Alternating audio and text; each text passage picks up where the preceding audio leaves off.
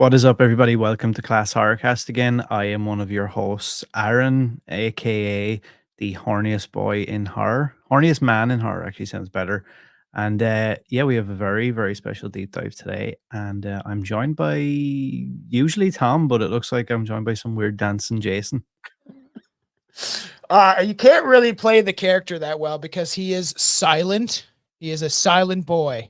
He is my boy. So I love my boy Jason. So welcome everybody. I'm super excited for this. This is definitely my jam. I have all my horror memorabilia out, some of it. I got my little Jason here, little boy Jason. And I would love I think it's the one from part 3. I don't have his mask or anything. A little Cool. like I like his face. I would love like a little thing of the little boy Jason. It'd be fun. It's just funny to have it. Is that something that you can even get? I want the Tommy Jarvis mask when he's bald. Yes, welcome everybody back to the show. Welcome to ClassHorrorCast. I am one of your hosts, along with Aran, the horniest boy in horror. I am Tomcat, aka Tom Thompson, the Reptilian. You can find my music on music platforms. And get ready for this deep dive that I'm very stoked about.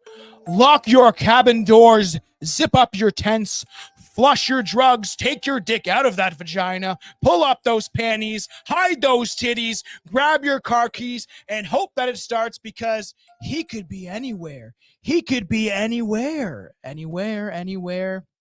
Yes, he could be anywhere. I think I hear him coming now. It's very silent, though. Now, coming as in... I don't think anybody wants to have sexual relationships with Jason. Why? I don't think, maybe not, because like the whole idea that, women like serial killers. Yeah, right there. The one of the reasons women like serial killers, the idea of why they're like interested or they fancy them, or eventually we'll be talking about this on Strange Food Podcast, like the women who love serial killers, is because it's the idea that this man will kill for me. That he's got that like animal instincts, I was always fascinated by that, though. It's such a bizarre thing. We'll talk about it. I'll get you on for that episode, and we'll do that. So I'm super excited for this one. It's going to be awesome. I got a lot to say, and let's get her going. So let me for if you haven't figured out at this point, which you probably have if you've listened to this anywhere, because you will have seen the title, but we are covering in this part the first 4 movies in the Friday the 13th franchise. So we will have part 1, 2, part 3 in 3D, and then the final chapter, that was clearly never going to be the final chapter. But yeah, that's what we're covering in this one, and we will have a part 2 where we will cover the rest of the franchise as well. But we have we'll have a little thing for all you guys for on the Patreon. We're not going to cover a specific movie, but this is eventually going to lead us into Freddy versus Jason, Jason X, because those are ones we're not going to cover. And we'll leave our little sneak peek into something that we're going to do for the Patreon until next time. It is almost it's noon. It's noon, so it's fine. I made a pina colada. Oh, nice. I like pina coladas and cutting out your brains. That was pretty good. It could have been better.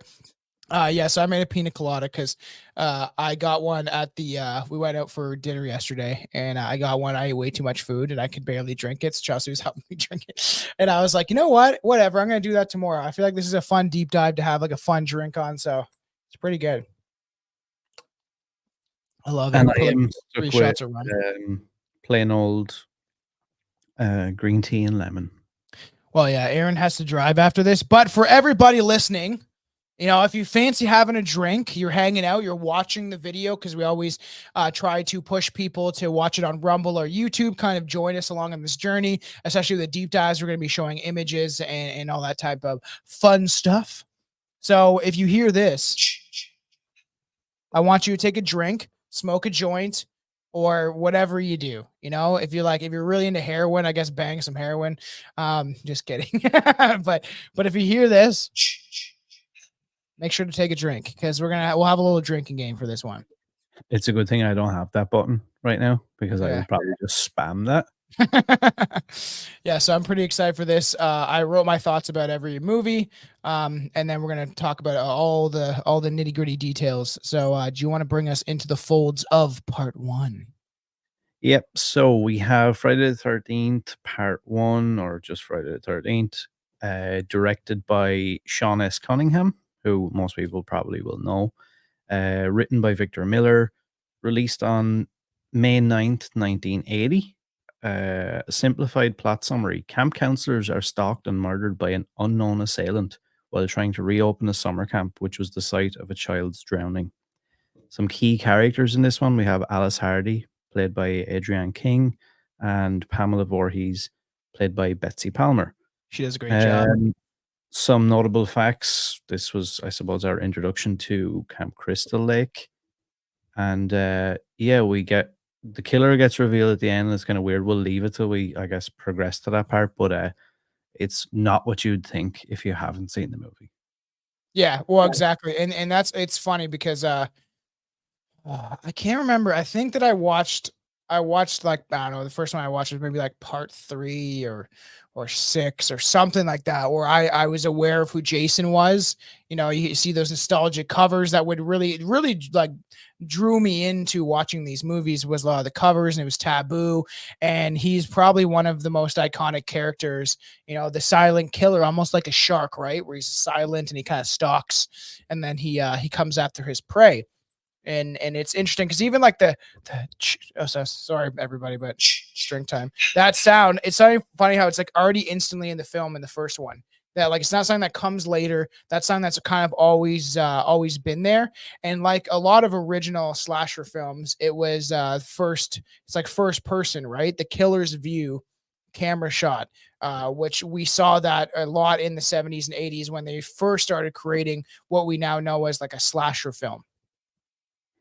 The killer's POV. Yeah, exactly. Which it definitely started within the slasher film Yeah. franchises of kind of having that angle, and it's pretty interesting. The movie was filmed at Camp No Boo-Sco, and that's a weird thing, in New Jersey, and the camp is still in operation. Has a wall of Friday 13th memorabilia to honor the movie that was set there. That's pretty fun. That'd be cool to visit. I would love to go there. Mm. No Boo-Sco. That's very weird. It'd be even Strange. like better for me because obviously coming from here, we didn't really have like summer camp and stuff like the same way you guys would. Like Yeah, yeah. our idea of like a summer camp here would be like you would go somewhere for like the day and then you would go back home again and then you would go the next day. Yeah. You get I me? So don't it's know if just, I liked it very yeah, much it's when I just like went. going to school. Yeah, and maybe I just like the idea more of like being like, ooh, you go to like a summer camp and you stay in like a cabin and it's all spooky. I did that. I did the Tim Hortons camp once, I think, when I was a kid. That one was okay because I was with my buddies. I think it was like a school thing. But I went to the YMCA. YMCA. That yeah, that that's like never mind. That I was old going. that old chestnut. But that camp, I just remember going. And I've a few embarrassing moments. Like an older kid was listening to Snoop Dogg, and I was like, "What is it, Snoop Doop Doop Doop?" And I was like, "Just I didn't know any of the music," so I'm like, "It's 7 or 8," and I remember they made fun of me very much, and I was like just a weird kid, and I just remember like it's just embarrassing moments of being at camp and being like on your own where like, you kind of have to make friends and you don't really know anybody and it's kind of just awkward and weird. You're a young kid and you know, do dumb stuff and then you get made fun of and called sausage fingers and stuff. It's fun times. It's kind of a strange like idea in one sense that like you said, like if you don't go with like maybe a little group or like a Mhm. friend from school or from like home or somewhere like that, it can be quite a like weird experience as a kid. And I don't think it's as I know the idea is probably to be like, oh, you know, you put yourself out there a bit and like you meet new friends and new people and it like helps you blossom, but it's like kind of does the opposite, I think, for a lot of people. Yeah, I know. And this is for parents to get away from the kids probably. But I knew a lot of kids that went to the Christian summer camps and oh, they were getting Oh, they were nice. they were doing some dirty things. I heard some stories from my buddies that went to Christian summer camp and they were having all sorts of you know, Fun. first time you do this or that, it's a finger popping, all that type of fun stuff. Ooh. It's funny because it kind of starts off right in this movie where it's just right into kind of the horny teenager camp counselor vibe, like naughty, don't do this. And that's why it's jokingly where I said, like, just take your penis out of the vag, right? Because realistically, that's what gets you killed. And if you listen to the ClassHorrorCast rap intro, eventually I think I'm gonna make a whole song.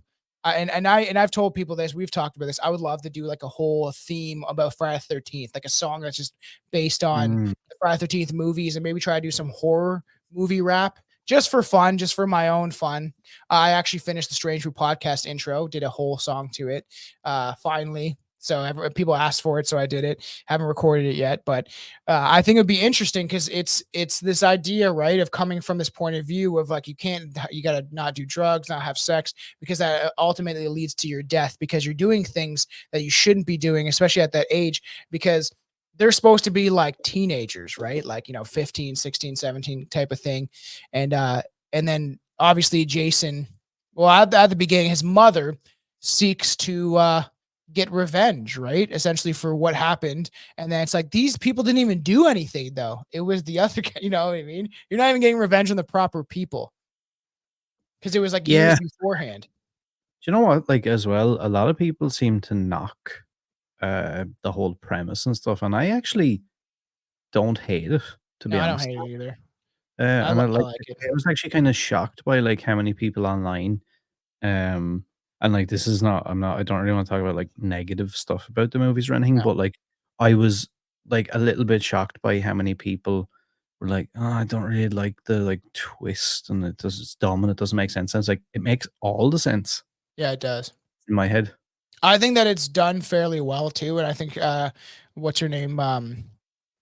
Betsy Palmer. Betsy Palmer does a good job at just being this psychotic mother. And according to some of the people that created the film, it was like the mother that they always wanted. I can't remember who said that, the director, writer, or something, but essentially that it was like the mother that you always wanted, that would kill for you and protect you in a lot of ways, right? And it's just, look at the outfits. That's something I always took from it, is like just it's just funny how just the outfits are set up and like just very 80s vibe. And it kind of points out to the camp counselors, who, like, when they come in for the first kill, that they're obviously aware of like the naughty behavior of the camp counselors not really attending to the kids. And it's funny because there's not, in a lot of the movies, there's not really kids until we get, can't remember which one it is, maybe the fifth or sixth one. I think it's maybe the fifth one, but the majority of the first three films, really, it just shows the camp counselors, I think, before the kids even arrive, Yeah, yeah. which is So, an and interesting thing. do you know what? There's a lot of things as well that like upon watching it again, I didn't realize at the time, like the amount of like implied violence and stuff. Yeah. Where obviously I know, look, there's some great kills throughout the entire franchise, but like there's other times where we don't really see the kill; it's more implied. But still, I don't know. I have like vivid memories of being shocked by it, even though we didn't Yeah. actually see like the physical action. Well, there's some decent kills, the what's his name, Kevin Bacon, crazy how he looks so young when he gets like the spear thing through the throat on the bed. Great kill scene. It's classic. This movie is very much classic. And you have, like, obviously the formation of the kind of Scream Queen idea and stuff like that. And this movie will always be nostalgic. The first one, I have the poster over there, just a classic. The original, like the first poster of just kind of, what's that called, the kind of shadow of the person holding the knife, and then you see the scared camp counselors. And I feel like, I don't know if this is true, but I feel like the poster was probably designed first before they casted some of the people in the film. So I'm looking at the poster now, and it's just a cool poster. Like the idea of, ooh, you're alone in the woods, by a cabin, and there's this forest. Do you have the original poster? Uh oh, on this or Yeah, in yeah. In this. It's somewhere. No, actually, I don't know if I do. Well, pull it. Share my screen. I don't think I have the original poster. Just classic, you know, just a Yeah, classic, yeah. classics, you know, and That's one everybody of those seems to that I know that. feel like this, like you just know of it, even if you've Yeah, never even if seen you've never it. seen the movie, right? A lot of people know what this is. You know, this is funny. Jason, it's like Jaws. Do you know what? Very And he gets classic. referenced a lot of times like that, where when they were making this movie, people who were involved were like, think of Jason like the Jaws character. Yeah, where he's kind of hunting you down. Pretty awesome though. Just a cool, you know, it's just a nostalgic poster, right? Mhm. You can take her down now. Yeah, Um, it's interesting. Let's get into this, some of the box office and stuff, and if you want. there's now this right. This is kind of a wild sort of a quote thing, but it just kind of shows you like some of the people who were working on this stuff and like the thought process they had. So I've been reading that Camp Crystal Lake Memories book or whatever it is Yeah, for like some research, and there's a quote in it from George Mansour, I think it is. He was working for Hallmark releasing at the time, and so Sean Cunningham was shopping around a print of a movie he made called Together, yeah, and this is wild, but this is how he sold it to Hallmark. This kind of shows you, I suppose, the mind of like Sean Cunningham and how forward thinking he was in a way. Because this kind of, I suppose, ties into the idea that he put an ad in the paper and it said like Friday the 13th, the scariest movie you will ever see. And he literally had no plot, no idea what it was going to be about, like nothing other than the fact that he made this like poster. yeah, yeah. And but another movie he had made anyway. I just thought this was really bizarre. Called Together, and it had Marilyn Chambers in it. And there's a sequence in it where there's a quote from him, a good-looking black man, where she takes a yellow flower and runs it along his soft penis, and it becomes erect. And Cunningham said, "There is a this was in a meeting with Hallmark. There is a big group of people out there who have never seen a big black cock. We can What? surely execute this." And Hallmark bought the movie for $10,000 flat.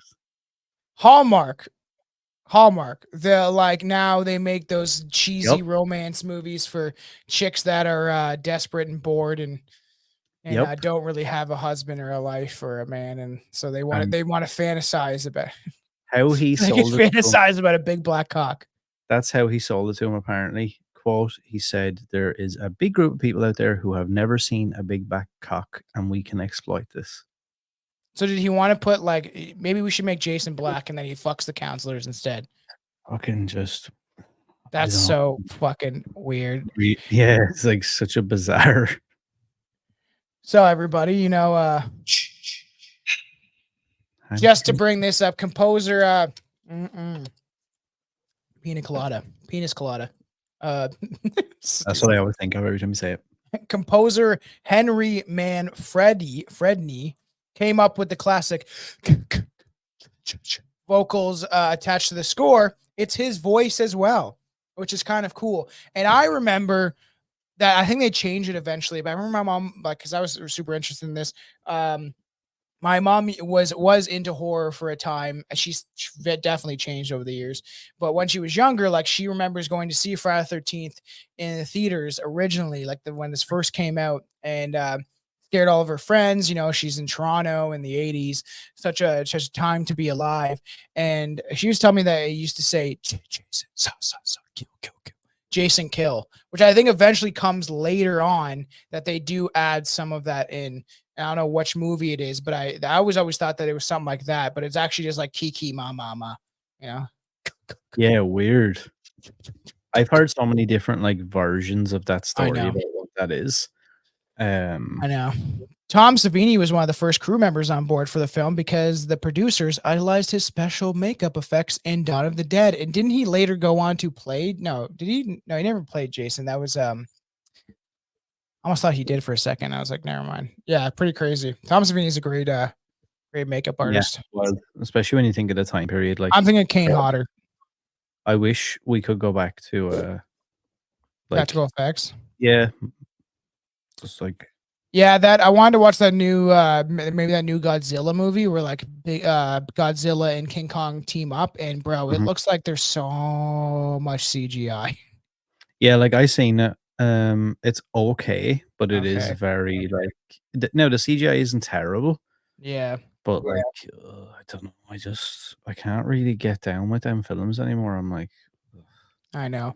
I know it's also a very like classic iconic thing, especially to do with this original film, is when the it breaks the screen with the Friday 13th you know, that white writing.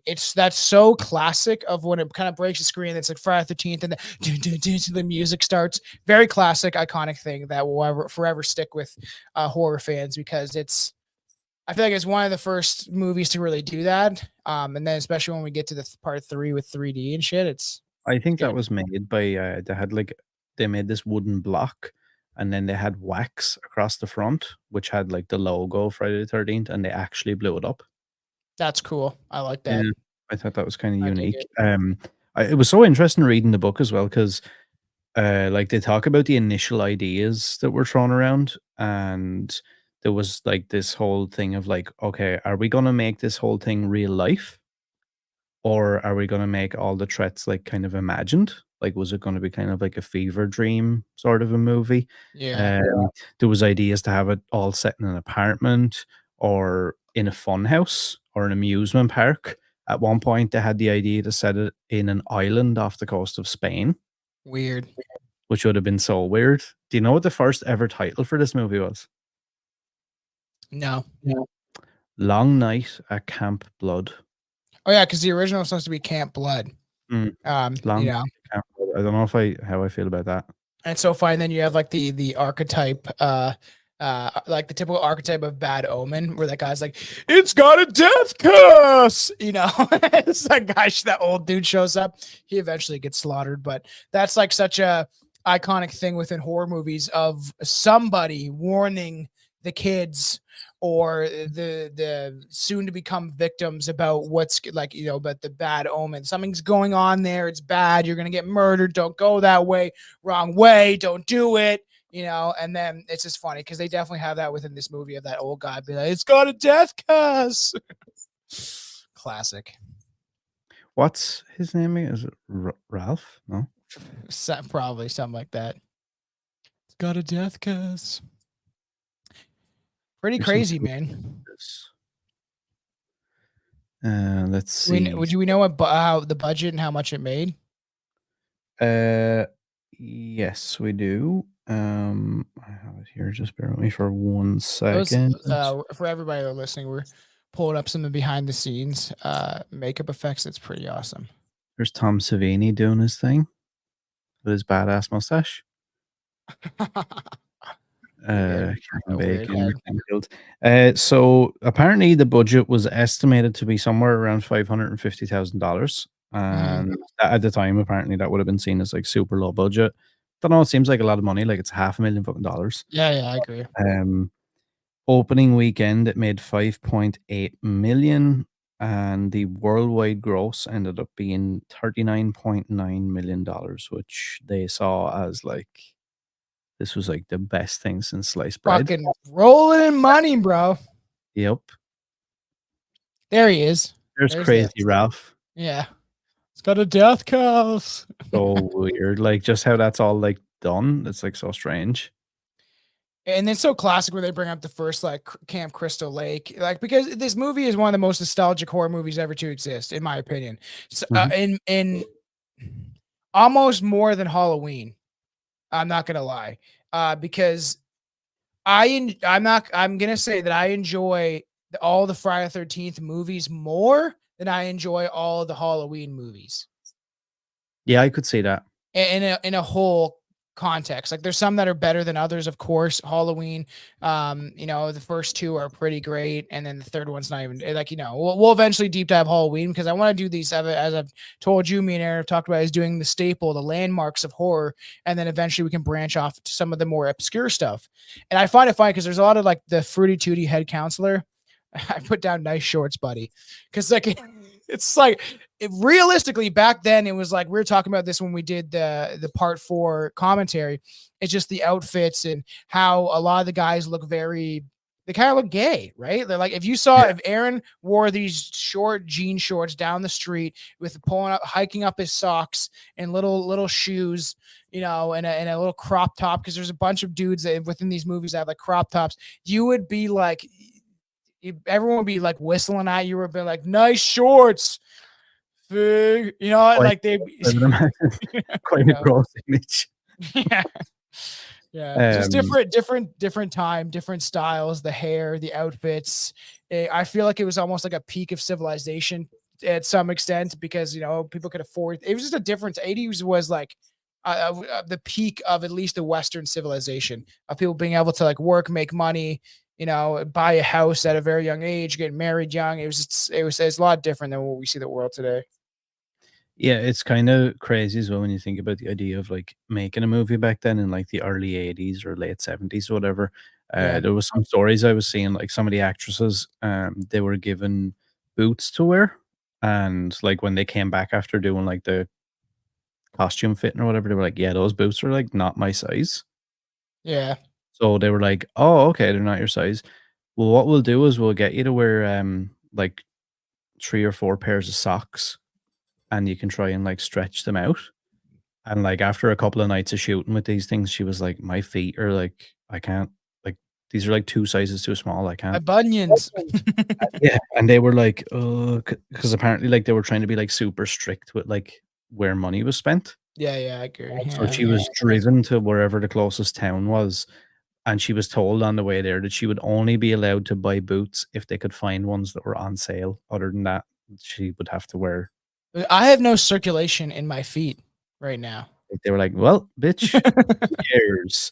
I see, screenwriter Victor Miller actually said that when he wrote the movie, he had, which is kind of funny to hear now, but he had no background in horror, and Sean Cunningham made him watch Halloween, and, um, when he seen that, he felt like all the first act of Halloween was full of, like, innocent kinda scares. Yeah. So, because of that, I know this didn't make much sense to me, but because, it had that, the scene with the snake? Yeah. That was added because of that somehow, and then I don't know how true it is or not, but supposedly that was a real snake. That's interesting. It's so weird. It's interesting take and concept for this film because the first one, it isn't a monster, right? Technically, like Jason becomes throughout the series, it's someone that has the ability to pick up off the side of the road like a serial killer. Like you see this within the film. Like they look like everyday people, and you see this throughout the film where they're like, what are you doing? We're not doing anything. And it's a person. It's not like a monster. Cause there's one scene where the two counselors are getting down and dirty. And then somebody like the point of view, the killer's view kind of like comes into play. And then like, we're not doing anything. Sorry. And then obviously they clue in that these people know the person or, you know what I mean? So it's a lot different. This first take and concept of what it becomes later on. Yeah, it's there's a lot of I think I don't wanna say groundbreaking, Yeah. but definitely, like, within the horror genre, there's a lot of, like, firsts I think they'd done and things they tried that probably paved the way for, a lot of um other movies maybe to, I agree. Well, it's I don't kind of a wanna say. Guess Who kind of movie, right? Like even with the kill scenes, it Yeah. looks like a man's hand, and then obviously later on you find out that it's like a mother seeking revenge. Pretty crazy. It's No, funny and because Betsy Palmer said that if it was not for the fact that she was in desperate need for a new car, she would have never accepted the role of Pamela Voorhees. In fact, after reading the script, she called the movie a piece of shit. Over the years, however, Palmer did warm up to the film as it made her famous, then infamous, and made appearances at conventions and in documentaries to discuss it. And you see this because I have the DVD and I was watching it. I was trying to watch some of the panels that they would do for like a Comic-Con or like some of the expos. And she obviously now is very thankful, but at the time, at least she kind of grows into it, unlike Jennifer Aniston. Check out our Leprechaun deep dive where she just hates the role, and it's like, bitch, this gave you your first movie role. Nobody would really know you. You probably wouldn't get your role on Friends and all this other stuff. So like, you should be thankful of the opportunities that you were given and that it became some nostalgic thing, because it could have been a lot worse there, lady. Yeah, I was just gonna say that actually about Betsy Palmer. And I think it like aligned perfectly because she I think the car that she needed, or replacement car or whatever, was like 10 grand, and Yeah. they agreed to pay her $1,000 a day for a 10-day shoot. So she was like, oh, it worked out perfect. Get my car. Something that I actually didn't know that I seen afterwards was so there was a movie critic called Gene Siskel, right? And at the time, like, this movie got absolutely ripped apart by critics, by movie critics. They I'm sure. absolutely tore it asunder. Um, but he disliked this is so weird to me, how you could like not like a movie so much that you would even bother to do this. He disliked the movie so much that he revealed the killer's true identity in like all of his articles, like in newspapers and magazines and stuff. He basically told everybody who the killer was to try and ruin the movie so you wouldn't go see it. He called Cunningham, and this is a quote, one of the most despicable creatures to infest the movie industry. He also, right, that wasn't good enough for him. So then he went on and he printed out Betsy Palmer's actual home address and urged people to send her letters and tell her how disgusting she was and how much they hated the movie and hated her and everything she was about. He was Blah, blah. doxing them. And Wow. then here's the funny part. Then I done a little bit more digging and I found out that he presented a show. I can't even remember the name of it. Sneak Peeks or something like that. He presented a show with Roger Ebert, another person who I think is an absolute scumbag, but they devoted an entire like October episode of their show, which was like nationally syndicated, to bashing the movie. So the entire episode was just them being like, garbage, this is garbage, the script is garbage, the kills are garbage, the whole thing was all Wow. revolved around how much they disliked it. What a piece of shit. Like, I know really, it's it's weird. art. If people are going to pay the money for it, like, it's not you to judge or say what's good and what's not. That's why I hate the majority of critics are garbage people. And I truly believe this, because if you look at like even Rotten Tomatoes, and it'll be like, oh, like 8% or something like that, but then you actually read everyday people's reviews and they're like, I actually like this, I enjoyed this, I'll watch this again. And you start to see the real life aspect of what people actually think about things, because critics are just some fancy kid that went to like film school or some shit, or maybe not went to school at all, and they're just giving their opinions. Somehow they got into this realm of critiquing things, and who knows, maybe it's because they're lonely and depressed in their own life and they don't like their own life and they can't make something worse shit, so they like to critique other people's shit, Yeah, it's Very all I always familiar. find it strange, like, and look, I know I've, like, shit on things in the past, but I try now to be more like, if I don't like something, I'll still try and acknowledge some good thing about it, or the fact that, like, I have never made a movie, so, like, it's very hard for me to sit there and be like, "Oh, big piece of garbage, I can't understand how you can't make a good movie," because Yeah.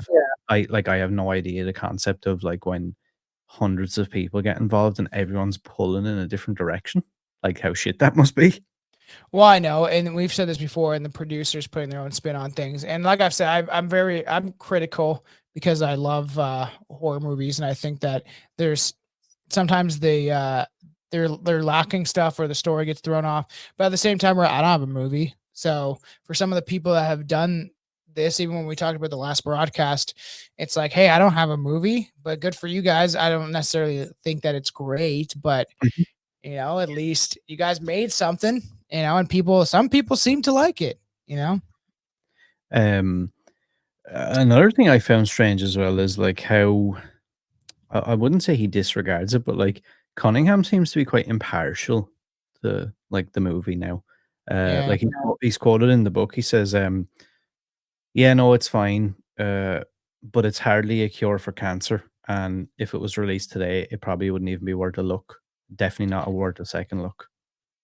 So strange. And I think he is the problem with not wanting to release, because it's Victor Miller and him and Sean Cunningham that have the legal debates of how they want to release it.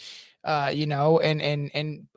what stopped the game. And there's a lot of things within these movies now, because like I said on the commentary, that I played the game a lot. And when it first came out, it was fun. You had a lot of people that loved the franchise that were playing it, and it was just a fun time, nostalgic sets, and to kind of immerse you into that experience of being the killer and the camp counselors and being chased around the maps that you love from the movies that you love. Like, I really enjoyed it. And what stopped it was a lot of the lawsuits with Sean Cunningham and Victor Miller, which is very disappointing.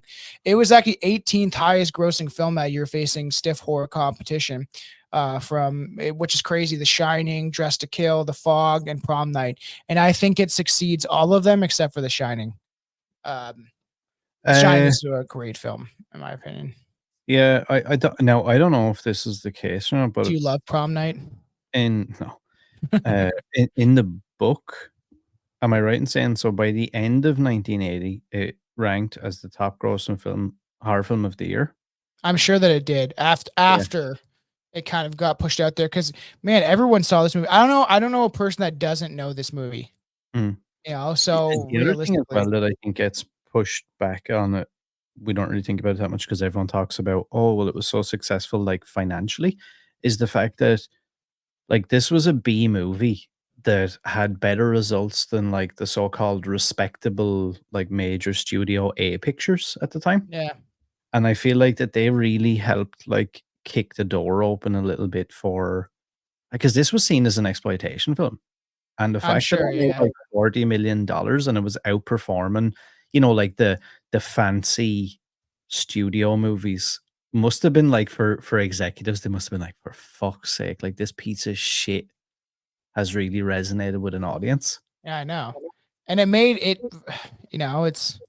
It's one of the most nostalgic and well-known horror franchises ever to exist, right? It's so crazy because most of the locations and set were already there, and the crew only had to build bathroom sets. However, few realized that one of the toilets was actually working. So after a while, the other toilets had to be cleaned out. So people were taking shit in the fake toilets. Gross. That's pretty nasty, man. Which would be Gr crazy because they said it in like a camp, and like we're saying when you brought up that one website that you can like go to some of where they film this stuff, and I think that's pretty awesome. Like, there's some pretty cool things about this. It's a very nostalgic film. I love it. The first one is definitely not my favorite, but it's one that I've gone back to many times. Like, Jason wasn't even mentioned by name until an hour and 16 minutes into the film. What do you feel about, like, skipping to the end then? Like, that jump scare, so I'm sure you definitely noticed, but that wasn't even in the original script, like, and they only added that scene with him coming out of the water Yeah, I after know. they saw how shocked everybody was with the ending of Carrie. Well, and maybe that's some of the point of why they did it, but when you find out that it's Jason's mom, well, even just the mom in general, it's a counselor that's seeking revenge. It is quite a twist, and I think she does do a good job, especially at some of the lines that she has. Kill her, Mommy. Kill her. Don't let her get away, Mommy. Don't let her live. Like, I think that's pretty nostalgic and pretty classic how she played this psychotic mother. And if you bring up that scene where she's like smiling with the knife, like she does, it's very like she will always be nostalgic and an important an important archetype of the film of what makes Friday the 13th the Friday the 13th, right? Without her, Jason doesn't seek revenge and you know, it's a pretty awesome knife too. Not gonna lie. And it's just this film is classic, and that classic scene of him coming out of the water with the jump scare, and them wanting to add that in, and obviously Tom Savini putting the makeup to work of. I wonder how that came up though. Like, you know, we want to add maybe for a jump scare at the end because of this, what happened with Carrie, and it did well and people enjoyed that. It's fun for an audience, and I just wonder how they came up with that idea. Well, we're going to make him like some really deformed, mentally challenged Yeah, kid. You know what I mean? yeah. It's a weird one. Do you think? I know, obviously, if we hadn't have gotten that scene at the end, there probably wouldn't have been maybe a continuation. Yeah. How do you feel about that though? Like, let's say we had got the movie and it had have just ended without that scene. And we don't get any of the other movies. It feels quite like, looking back now, I suppose in hindsight, it would feel quite like, now look, we probably wouldn't have had any reference points, so we wouldn't have known any better. But I don't know, I can't imagine like a world where we don't get to explore like, oh, okay, so who is this Jason kid or character or what? Like, is there more to him? No. And that's kind of interesting because without that, I don't think I would love this movie as Mhm. much, Yeah. right? It was just like it's just like a even I was gonna say even like with Sleepaway Camp, they do get sequels, and I feel like they would have taken advantage of this movie and carried on, but it might have been just one other movie where maybe the dad now seeks revenge, because that's what a lot of people thought too. Is as we bring it into the second movie, I think that people did think that it could have been the father, which we never know who Jason's father actually is. I think they hint at it in some regard in some of the movies, but we don't actually know who his father is. And I think that people thought that in the second movie that it could have been the father, because everyone didn't know if it was actually going to be Jason, because he goes from this little scrawny, deformed child to this grown hulking man with retard strength, right? Yeah, it's kind of crazy as well to me that we never, not saying it would have been good or bad or whatever, but like kind of shocked that they never tried to explore like the dad aspect. Yeah, I'm just looking it up. What happened to Jason's father? Friday the 13th revolves around machete wielding, hockey masked murderer Jason Voorhees. While most slashers have some kind of origin story that's developed over the course of a franchise, Jason's family has always been more or less vague, especially when it comes to his father. The mother and son bond that led his mother, Pamela Voorhees, to open hunting season on teenagers at Camp Crystal Lake after Jason's death is well explored in the first two films. Jason Goes to Hell introduces his half sister. Oh, that's weird. We're going to be doing something fun on that for everybody. But who is the father? Elias Voorhees, been explored in the Friday the 13th movie, isn't a new concept. That's interesting. The original ending had, and Jason Lives had Jason visiting his father's grave. We don't really know.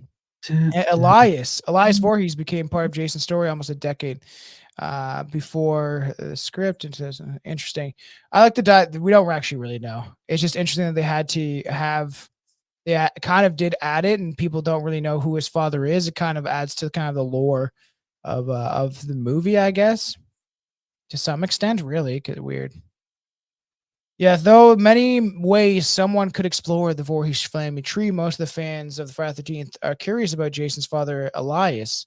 As one of the most popular horror franchises of all time, speculation and fan theories have run rampant. Interesting. Look at that. Look at that fun shirt with the Mickey Mouse. She looks kind of like a dyke. Definitely looks like a boy. Yeah, I know. Weird. So strange. When I first looked at it there again, I was like, wait a sec, why does it look like a man? I know. Maybe she is. You know, who knows? Nowadays, you don't know. But you should. Just as my Jamaican aunt used to say, she used to watch like the Maury specials where it'd be like, "Is this a man?" And she'd be, "I can always tell by the eyes. It's always in the eyes." Literally. So yeah, moving on to part 2, which was released just a year later. Raghead Jason. We had a different director. This time it was Steve Miner. The writer was Ron Kars. Steve Miner. Released on May 1st, 1981. 5 years after the events of the first film, a new group of counselors at a nearby camp are terrorized by a mysterious killer. Some key characters this time. We have Ginny Field, played by Amy Steele, Paul Holt, played by John Fury, and Jason Voorhees, who was played by Warrington Gillette and Steve Dash, which we'll get into the story actually about them shortly. Some notable facts about this one. This marks the first appearance of Jason Voorhees as the killer. And also, a lot of people don't know, if you haven't like really paid attention to the franchise, in this one, he wears a sack over his head with one eye hole instead of the iconic hockey mask. Yes. I don't know how he saw very well, but that's a tiny eye hole. Fucking awful looking. It's so weird. Not gonna lie, this movie did grow on me. It was the first two, it's so funny, were my least favorite of the entire franchise. The second one has grown on me. I think it's fun, it's well done, and the pace of the film is fairly good.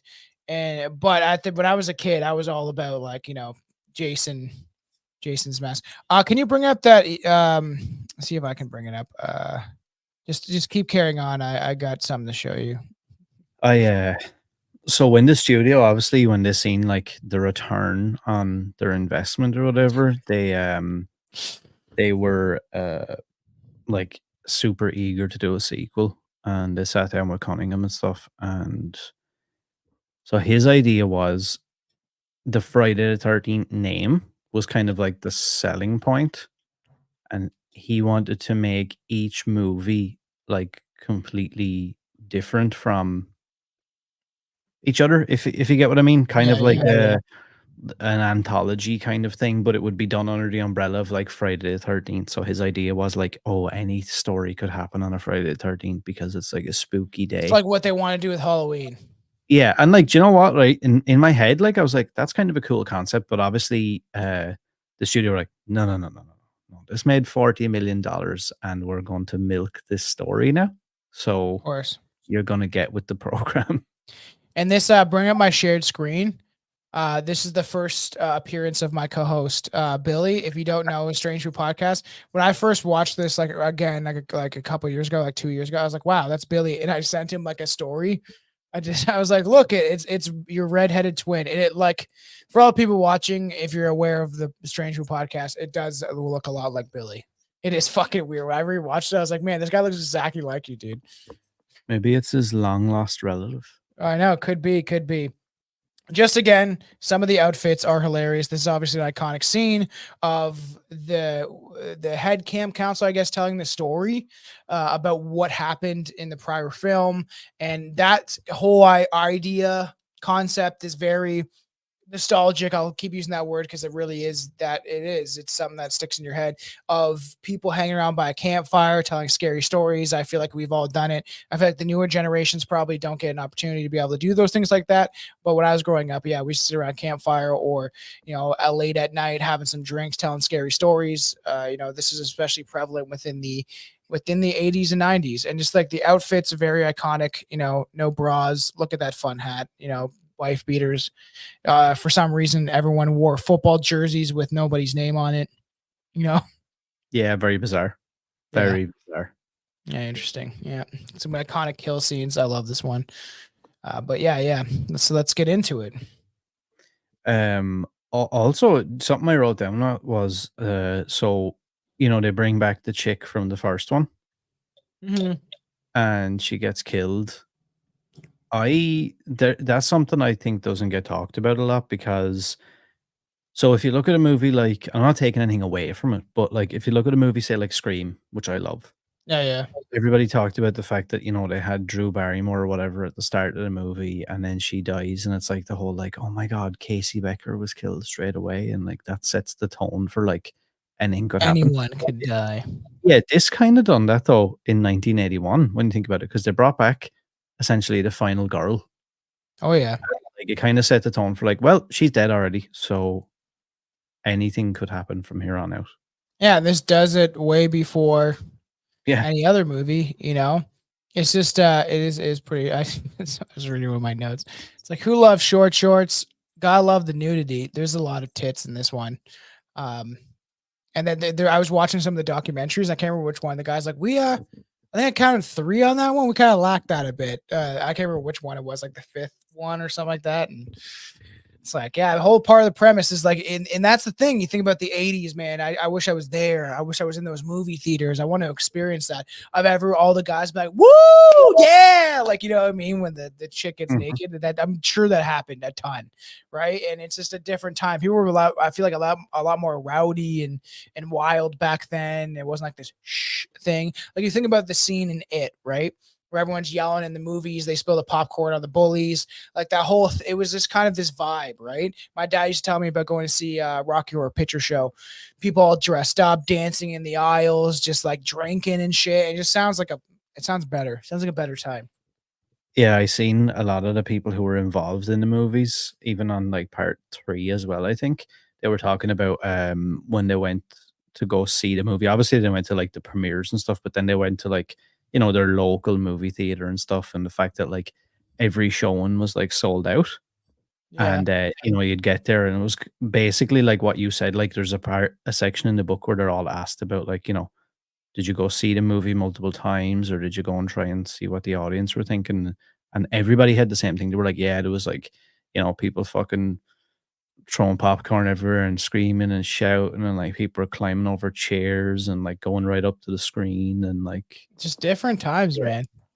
Yeah, like The Simpsons, like that thing where the what they call it, the cashier, not the cashiers, but the guys that like run them. I can't remember and they come with the big chocolate bars. The ushers, yeah, and they like crack off the Kit Kat bars or beating all the people in the theater. It just seems like a different time. Have you ever done anything dirty in a Oh movie yeah, theater? sure. Yeah. For sure, yeah. When I was younger, like way younger, and it's funny because later in life, then I hired a guy To in give you a work once. blowjob in the movie theater? Uh, Just kidding. I hired a guy who was the assistant manager in like our local movie theater. Now, not the Yeah. one that I would have been doing like anything spooky in, but he was saying he was like for years though, movie theaters have had night vision cameras up in the corner by the screen. So he was like, anybody that's ever doing that stuff is like on camera doing it. He was like the amount of times like we seen like essentially kids like 14, like 13. Oh, that's fucked. The chick is like sucking the dude off and all that. And he was like, it's just so wild, like because they Wow, so think, someone oh, definitely caught us on camera. yeah, We did it like a couple of years ago. Just ooh, quickly, I got very nervous, but just we're the only ones in the movie theater. So a little sucky down below on me, from the wife. It's like, I mean, I I I wouldn't complain, and I would probably do it now still, but I would be like way more aware probably. yeah, I Like when know. I was younger, it seemed Just like point at it's the fine. camera. Yeah, it's like whatever, fine, who cares? But now, like I'd probably be dying with anxiety. I know, it's so crazy. Just different times. So I love talking about these films, and I was really excited to talk about this one because it is something that I'll always go back to. Every summer, mostly I watch these movies or near Halloween, and it's always stuck in my head. Like I said, I was drawing Jason when I was very young. Like I was just a fun character. I could draw if Freddy was too hard. So I would have him like staying with the machete and then like bodies around him or drawing cabins with blood on it, whatever it was. And I was like intrigued by this because it was taboo, right? Shouldn't have been watching it at such a young age. And I almost like idolized Jason, which is such a weird thing, but really that's what it was some sort of like admiration for like, oh, Say he's that such a cool. nowadays now, and you get fucking vilified and like Yeah. locked in a padded cell. Yeah. I also think that Jeffrey Dahmer was like a really good guy. I think he was really nice. I think that he would have made a good friend. I think that he was very creative. He was Yeah, you he was always an artist. yeah. Also, that stuff off camera. Jesus, everybody. Have a drink. Um, Calm it down. the John Fury who played Paul Holt in the movie. I thought this was just like a weird piece of trivia, but he was actually born on Friday the 13th. And when he auditioned for this movie, he auditioned for the movie on Friday the 13th. I'm made for this, you fuckers. That's kind of yeah. That's kind of like what he said. Also, the guy who played Jason. So this is kind of like there's a whole big messy story. It was a guy called Warrington Gillette who played Jason in part 2, and so he quit after about 2 weeks, I think. Yeah. because people were questioning him about. They were filming that scene, where he burst through the window, Yeah. and like it kept going wrong constantly all the time with the Weird. harness and everything. And like people started to question, were like, could you tell me, like, some of the stunt coordinators and stuff were like, okay, so you said you had lots of experience in stunts and different things like that. Could you tell me exactly what movies you done stunts in, or who paid you previous to do stunts? And like he would never. Supposedly, everyone on set started to kind of go, wait a second, I don't know if this guy ever actually like worked as a stuntman, but he just doubled down and he was like, "No, I'm definitely a stunt guy." So he eventually quit, and he was replaced by a stuntman called Steve Dash, um, who, when he got the word, he was like, "Oh, I got the lead role. This is amazing." Steve Miner sat down with him because obviously they were panicking. They needed someone to replace him for Jason. Yeah. And, he was like filling him full of shit. Like he's like, "Oh, I got this role for you. It's the lead role in a horror movie." And, blah. And then like he shows up on set You and gotta he's put a like, bag on your head, bud. yeah, they were like, "Oh, have you got the bag yet? Have you checked out the bag fit?" And he was like, "What bag?"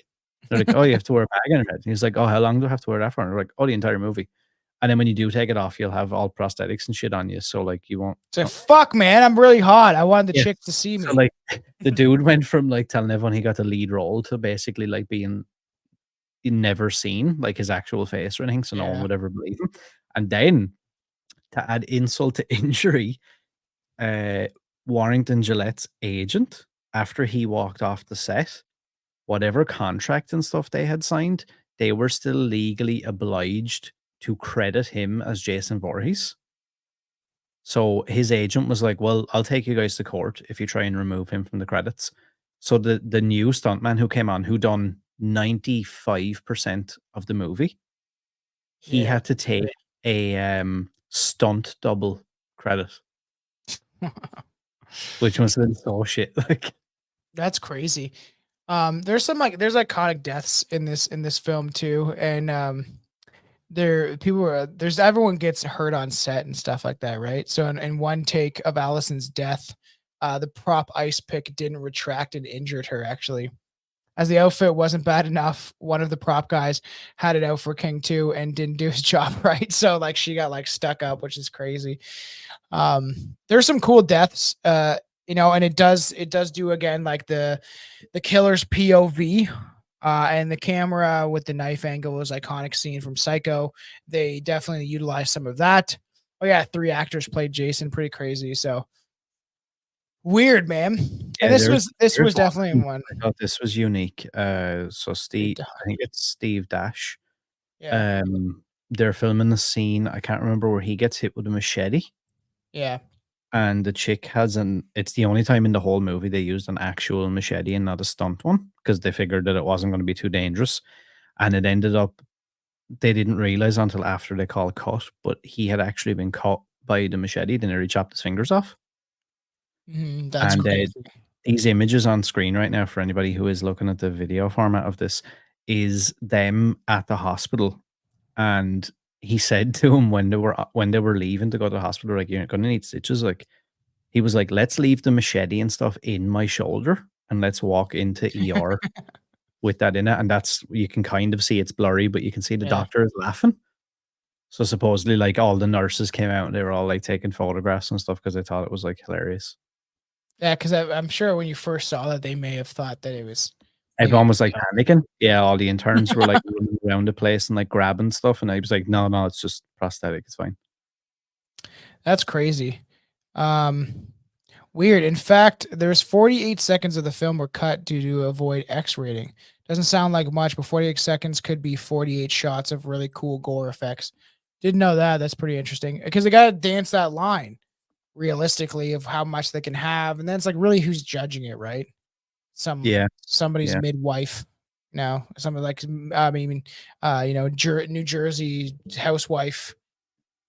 What do you think about so there was a concept to have, like this, so this image here, we see the altar from like the opposite side. Yeah.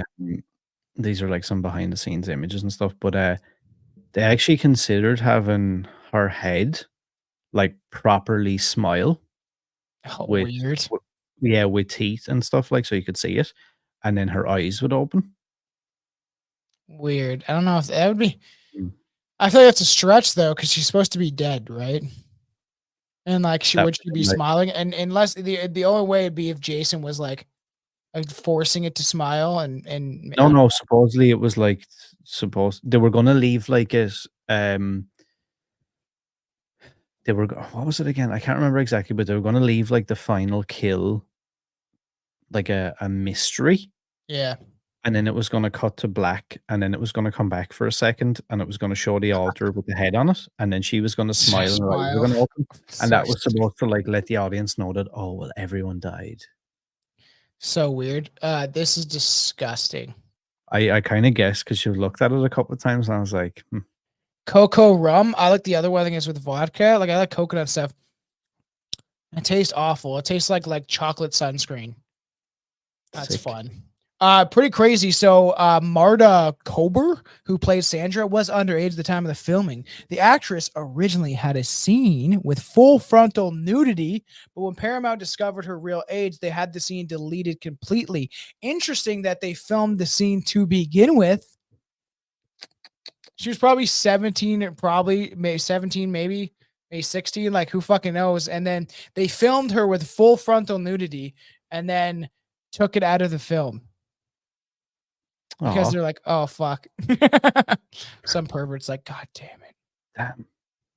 Someone's listening to this now is on the sex offenders list is, like, frantically Googling to see can they find it. It's so funny.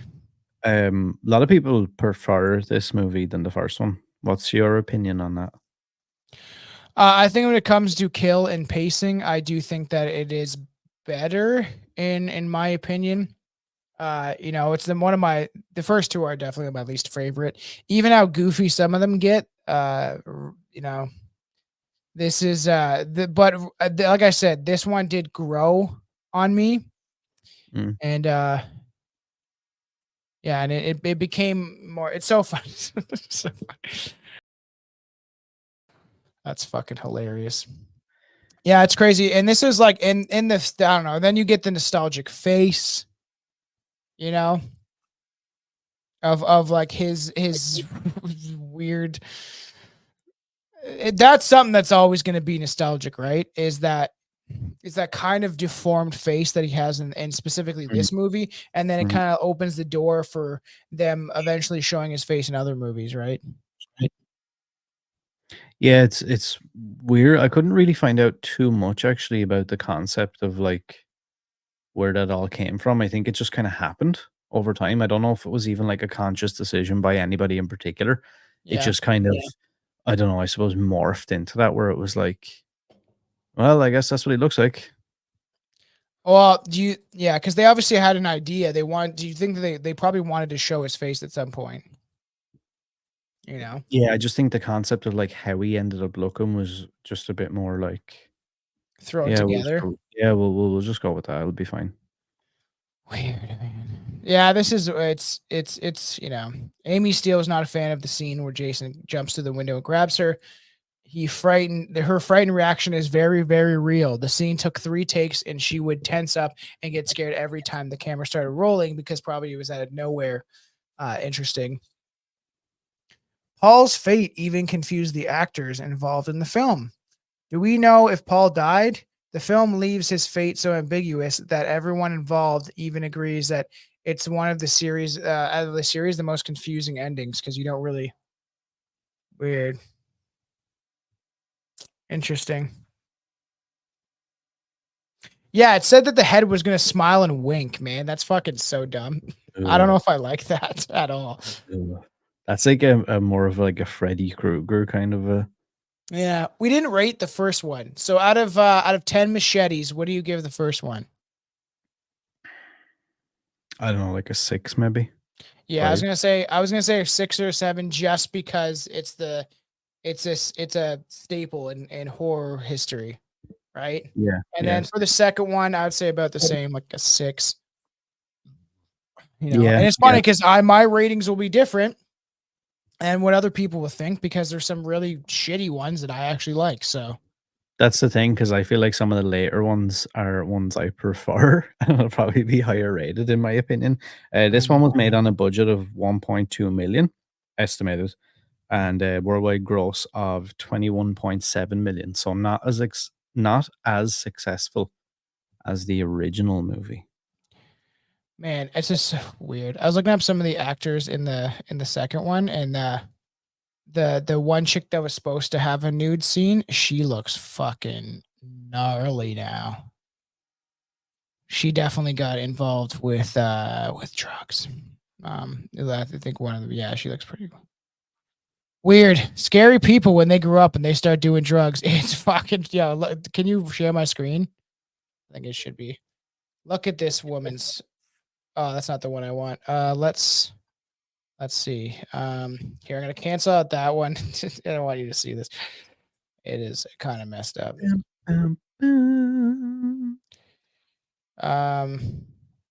Here, let's look up her now. What the fuck is going on? So let's go now. Boobies. No, okay, we're not doing that because that'd be a bad idea. Will get banned Right now, bring it up.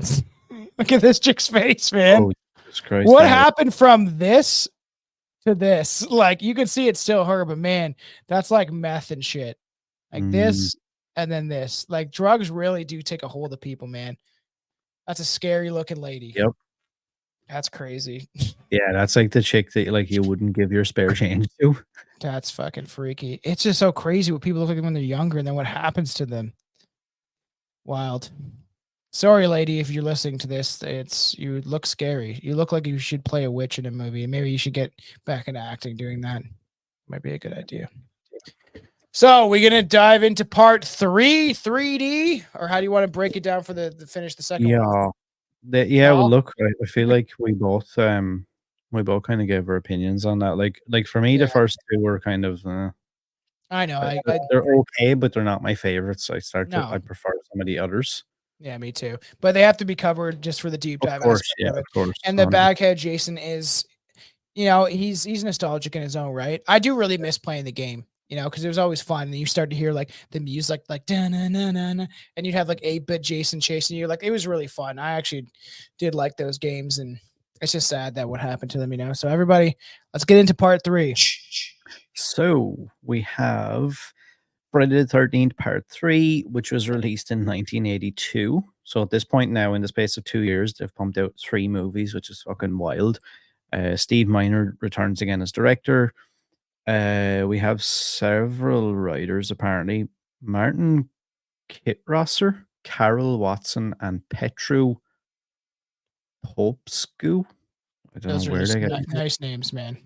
fucking names out of. Release date of August 13th, 1982. Plot summary. Jason Voorhees stalks a group of friends who are vacationing at a house near Crystal Lake. Some key characters this time. We have Chris Higgins, played by Dana Kimmel. Rick, played by Paul Krakta. And Jason Voorhees, played by Richard Brooker. Notable facts. Filmed in 3D, capitalizing on the early 80s 3D craze.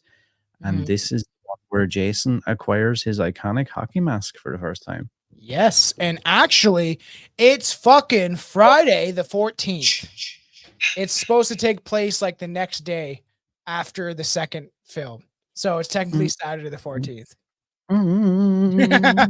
So it's pretty, like, by the time Friday the 13th Part 2 came around in 1981, theaters had become overrun with low budget, low quality slasher fare with titles like The Burning, New Year's Eve, Prom Night, Christmas Evil, My Bloody Valentine, Happy Birthday to Me, Graduation Day, Terror Train, and The Final Exam. Some of these we will cover on ClassHorrorCast. Not surprising, slasher film fatigue set in, and Part 2 opened big but trailed off fast, finished with a total that was only around half of what Friday the 13th pulled in a year earlier. It was still hugely profitable, of course, thus mandating a sequel, but Part 2 left a loose end with Ginny, Amy Steele, and everyone agreed that Jason needed a better mask than that stupid pillowcase. Plus, after Part 2's box office nosedive, they needed a shot in the arm. They needed a gimmick. They needed 3D. So that's pretty crazy. Classic I tried to watch it in 3D. I was drinking and very high, and I really tried. Chelsea was away at the house to myself. I pulled up the couch right up to the TV, and there were some iconic shots that like I saw that were pretty 3D. It looked decent, but my eyes could not adjust long enough to actually be able to withstand watching Yeah, it. I feel like that would make me fucking sick now, to be honest. Oh yeah, Like it's. that old school 3D, I feel like would make me nauseous. I wanted to watch it outside on the projector. I think that would be kind of cool and nostalgic. And I think it was working when I actually focused on it. But then there's times I was taking a drink and I looked out, whatever it might be, right? Oh, Look at my yeah. phone for a sec, and then your eyes don't get adjusted anymore. And it's I was in the dark. I was trying to take out my glass. Like I can't even see shit. It's pretty interesting. The guy who played Jason in part 2, Steve Dash, I think he was shocked when he was invited back again to play Jason, because normally they would always just hire a new stuntman because Yeah, they 'cause could they don't. pay him the minimum. Yeah, Whereas, like, if you were returning, you would probably, after the success of the last movie, you could require more payment or whatever. yeah. And he was shocked when he got the phone call from the studio to say like that they wanted him to reprise the role again, and thought he'd done a good job and whatever. And he was like, okay, well, he lived, I think, at the time on the East Coast or wherever. So he's like, how do I? You guys gonna arrange for me like to fly out to California or whatever? And they were like, no, you're gonna have to make your own flight arrangements and travel arrangements to get to set. And he's like, but I played Jason. I'm like the lead character or whatever. It was like, so, Yeah. and they were like, whoever he was talking to on the phone, whatever executive or assistant, whatever, like, no, you need to remember, you are a nobody. So you need to like figure your shit out. And yeah, it all fell apart from there. So they brought on a new guy by the name of Richard Brooker, who played Jason in this movie. And previously, he was a circus performer for 18 years. It was kind of weird. He was the dude. It was like acrobatics or whatever, but he was like the dude doing all like he would throw the chicks up and like grab them and do all that shit. That's fun. Weird, kind of a unique, going from being in a circus for nearly 20 years to playing Jason Yeah. Voorhees. That is weird. The girl who survived that night at Camp Blood, that Friday the 13th. They learn their lesson after part 2. Don't kill off the sole survivor. In the opening moments of the sequel, this since turned into a horror movie cliche. Obviously, Nightmare on Elm Street 4, Halloween, The Curse of Michael Myers, Halloween Resurrection, Maniac Cop 2. I've actually never seen any of those movies, so maybe we might have to cover them.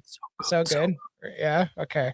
As is, we never learn what became of Ginny after part 2, but it wasn't by choice. The producers wanted her to be there. Jamie Lee Curtis, at least one film longer, director Steve Miner and Martin, whatever that guy's name is, the script supervisor for parts 1 and 2 and co-writer for part 3, wanted Ginny to go to a mental institution as a result of her trauma. After part 2, Jason would eventually arrive to settle his vendetta against her, killing any guards, doctors, and patients that got in his way. You know, classic Jason. Hold on.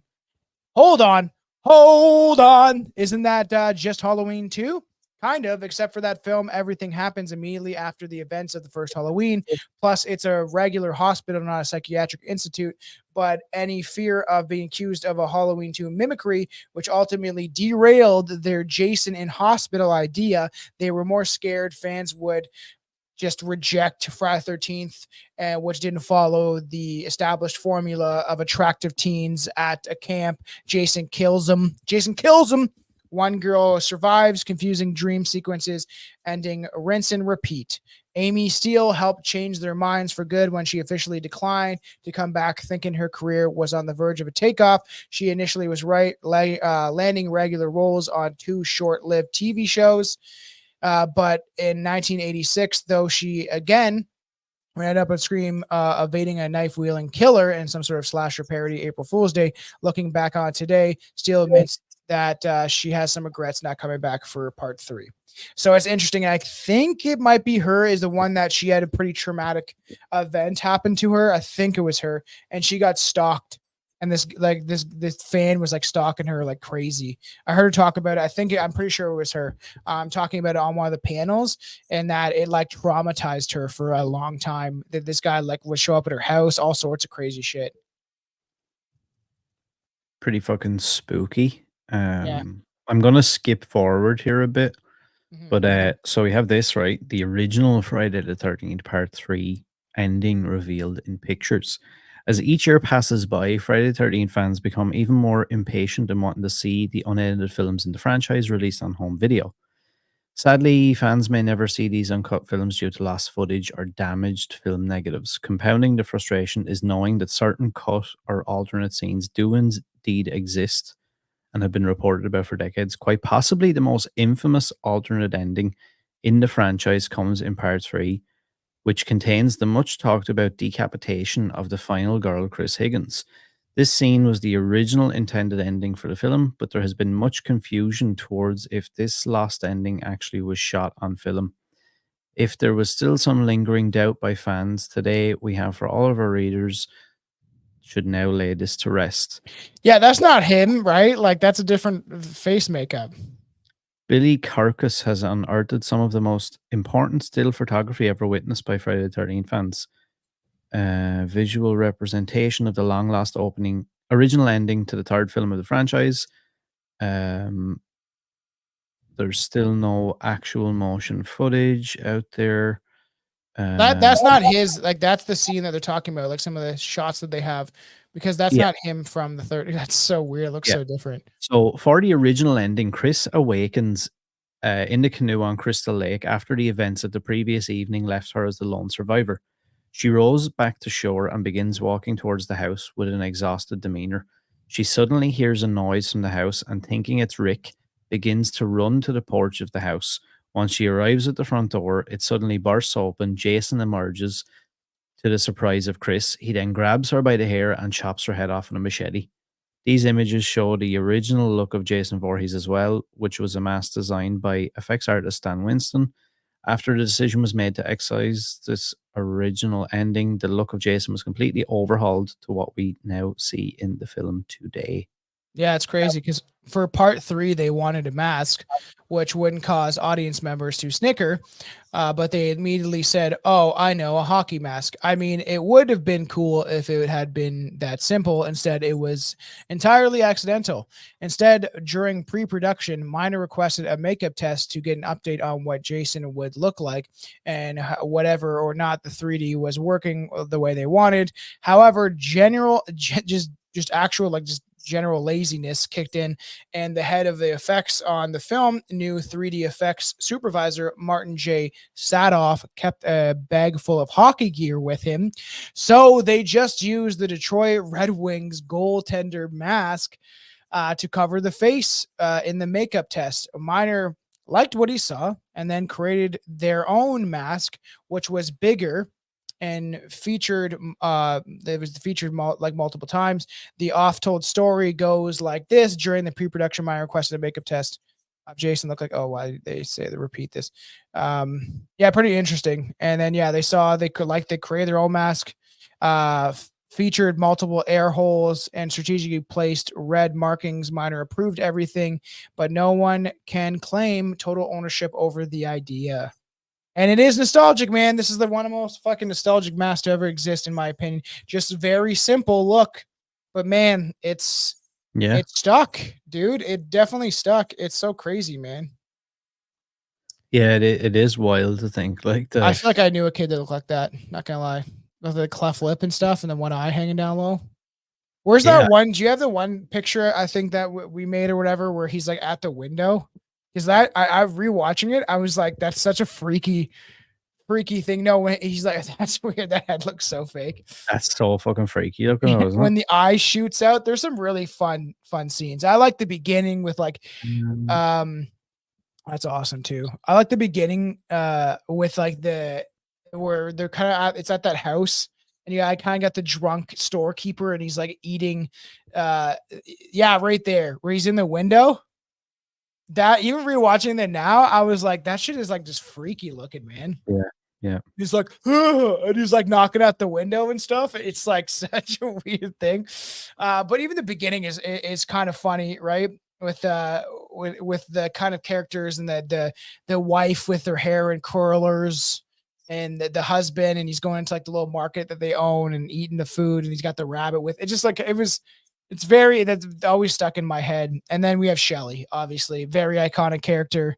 I love Shelley. He's just like that prankster type of loser, wants people to like him, but he does it out of obnoxiousness. So it sounds familiar. The two typical hippies. Actually, my favorite character to play in the game was the one hippie. One of my favorites to play in the game. So funny. I love Shelley though. Without him, I don't know if this film would be the same.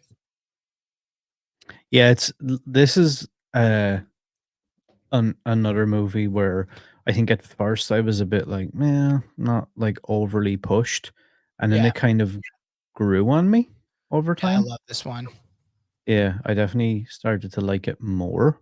I watched it outside last year, not in 3D, but we did watch it outside on the projector. And I think, if I remember, I should have that video somewhere where I'm watching it with the mask on. And Chelsea just pans over. I'm sitting there wearing my gear.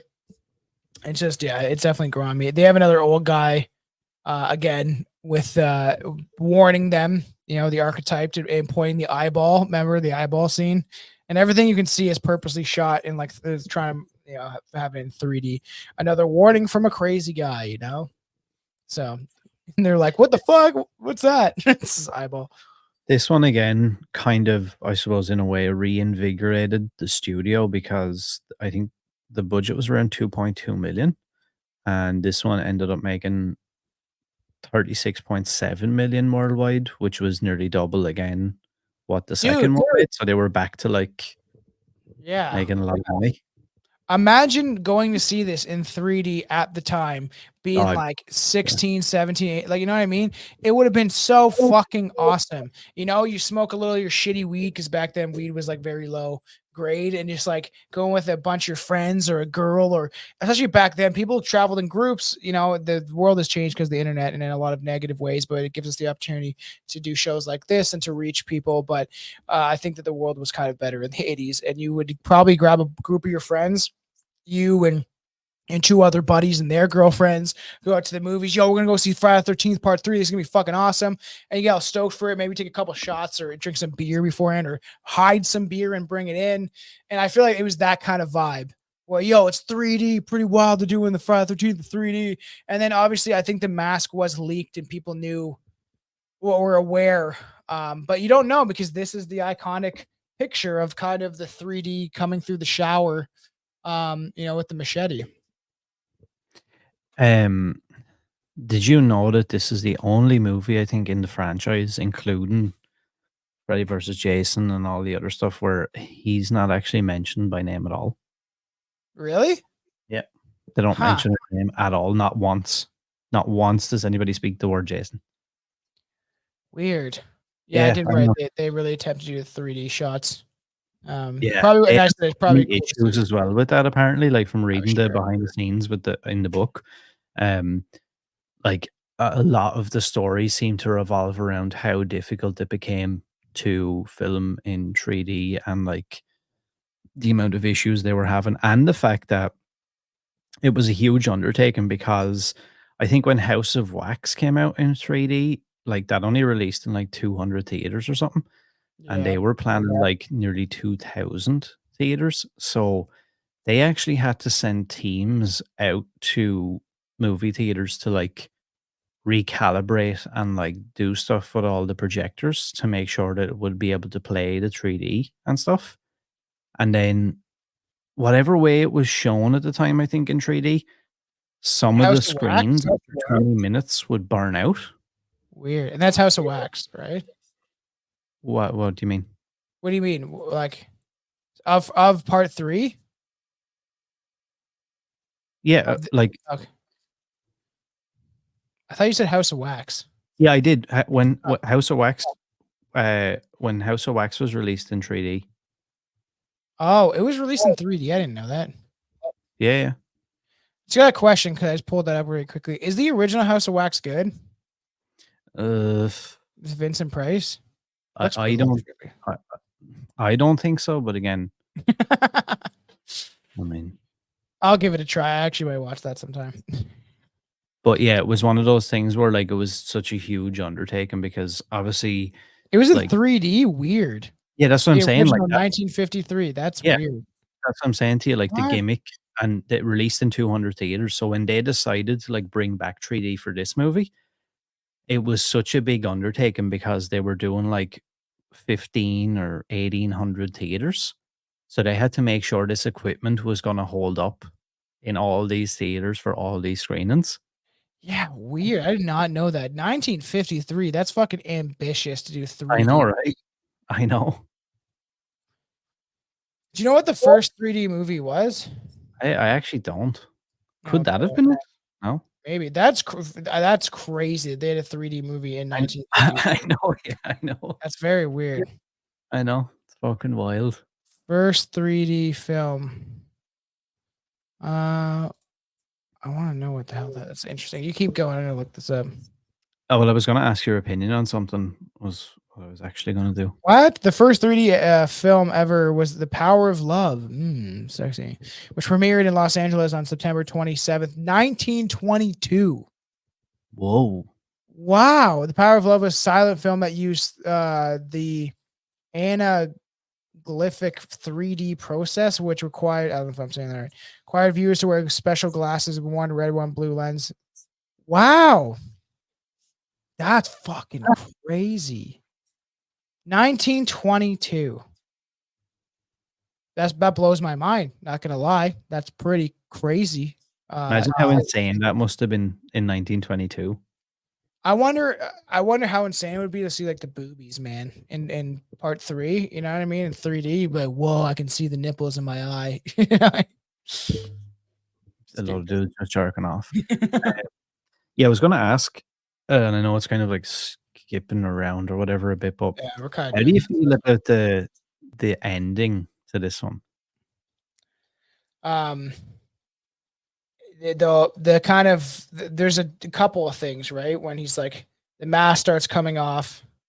I put so weird when he pulls up the mask and smiles at her. Do you remember when he does that? When he's like he's attacking her in the barn and then he's like and then puts it back down. It's so weird. I'm like, why would you add that? It's like It it is kind of very reminds me creepy. of like what's his name from fucking the remake of Hills of Ice, where he's like, Yeah, so weird. I think that whole scene is weird. The ending, are you talking about when his mother, having his mom come out of it, I said it's kind of cheesy. Isn't she supposed to be headless? Is what I wrote down. yeah, like that. So like, just to break it down, I guess for people, when we get towards the end of the movie, Chris stumbles down the lake shore and rolls away in a canoe. The next morning comes. She is horrified to see an unmasked and bloody Jason glare at her through a cabin window and then barge out the door running towards her. After frantically trying to escape and screaming, she looks up to see that the cabin door is intact and Jason is nowhere to be seen. It was just a hallucination.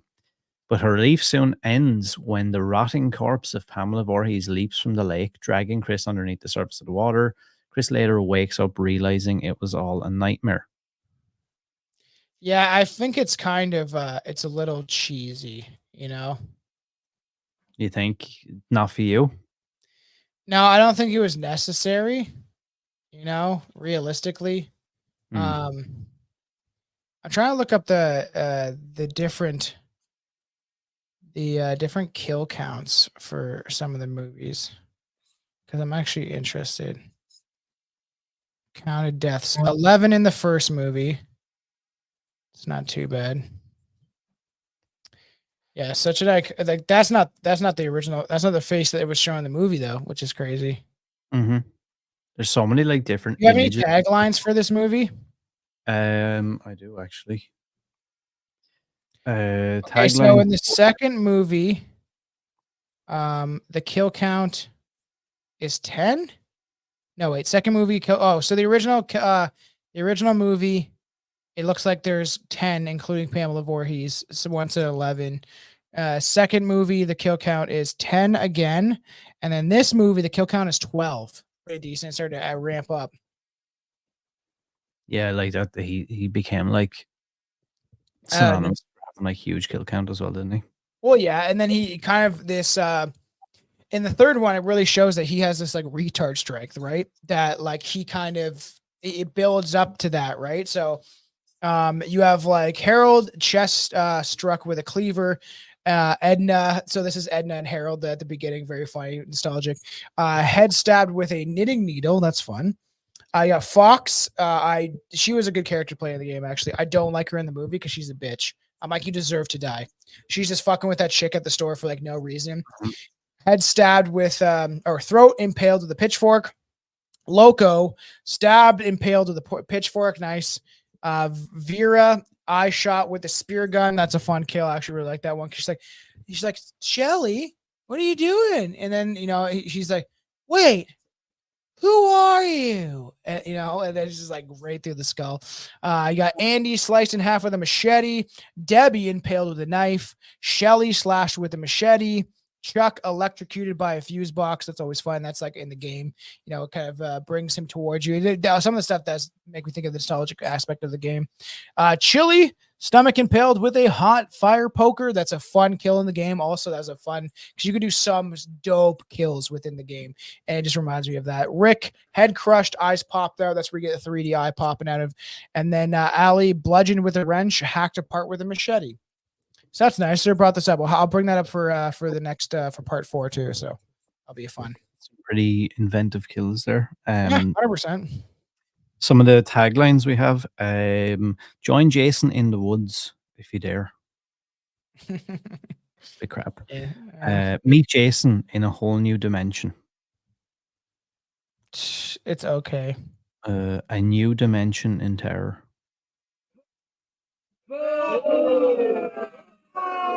Actually, one is not that bad. Yeah, that's not bad. Camp Crystal Lake's Bloody Legacy. That's okay.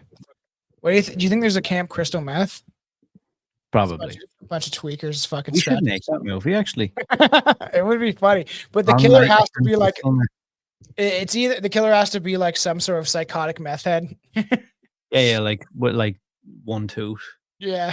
That'd actually be kind of fucking scary going through the woods with one of them chasing you on bath salts or something. Bread cousin. And I'll work my way through those horrible movies you love so much. Wrong turn. I will work through those. I think I'm on 3 or 4. I can't remember. Go bad. And then the final one is a new dimension in terror. There's nowhere to hide. We dare you to try. It's okay, that's okay, I guess. But even like in the third one too, like they don't really show that it is Jason till later on.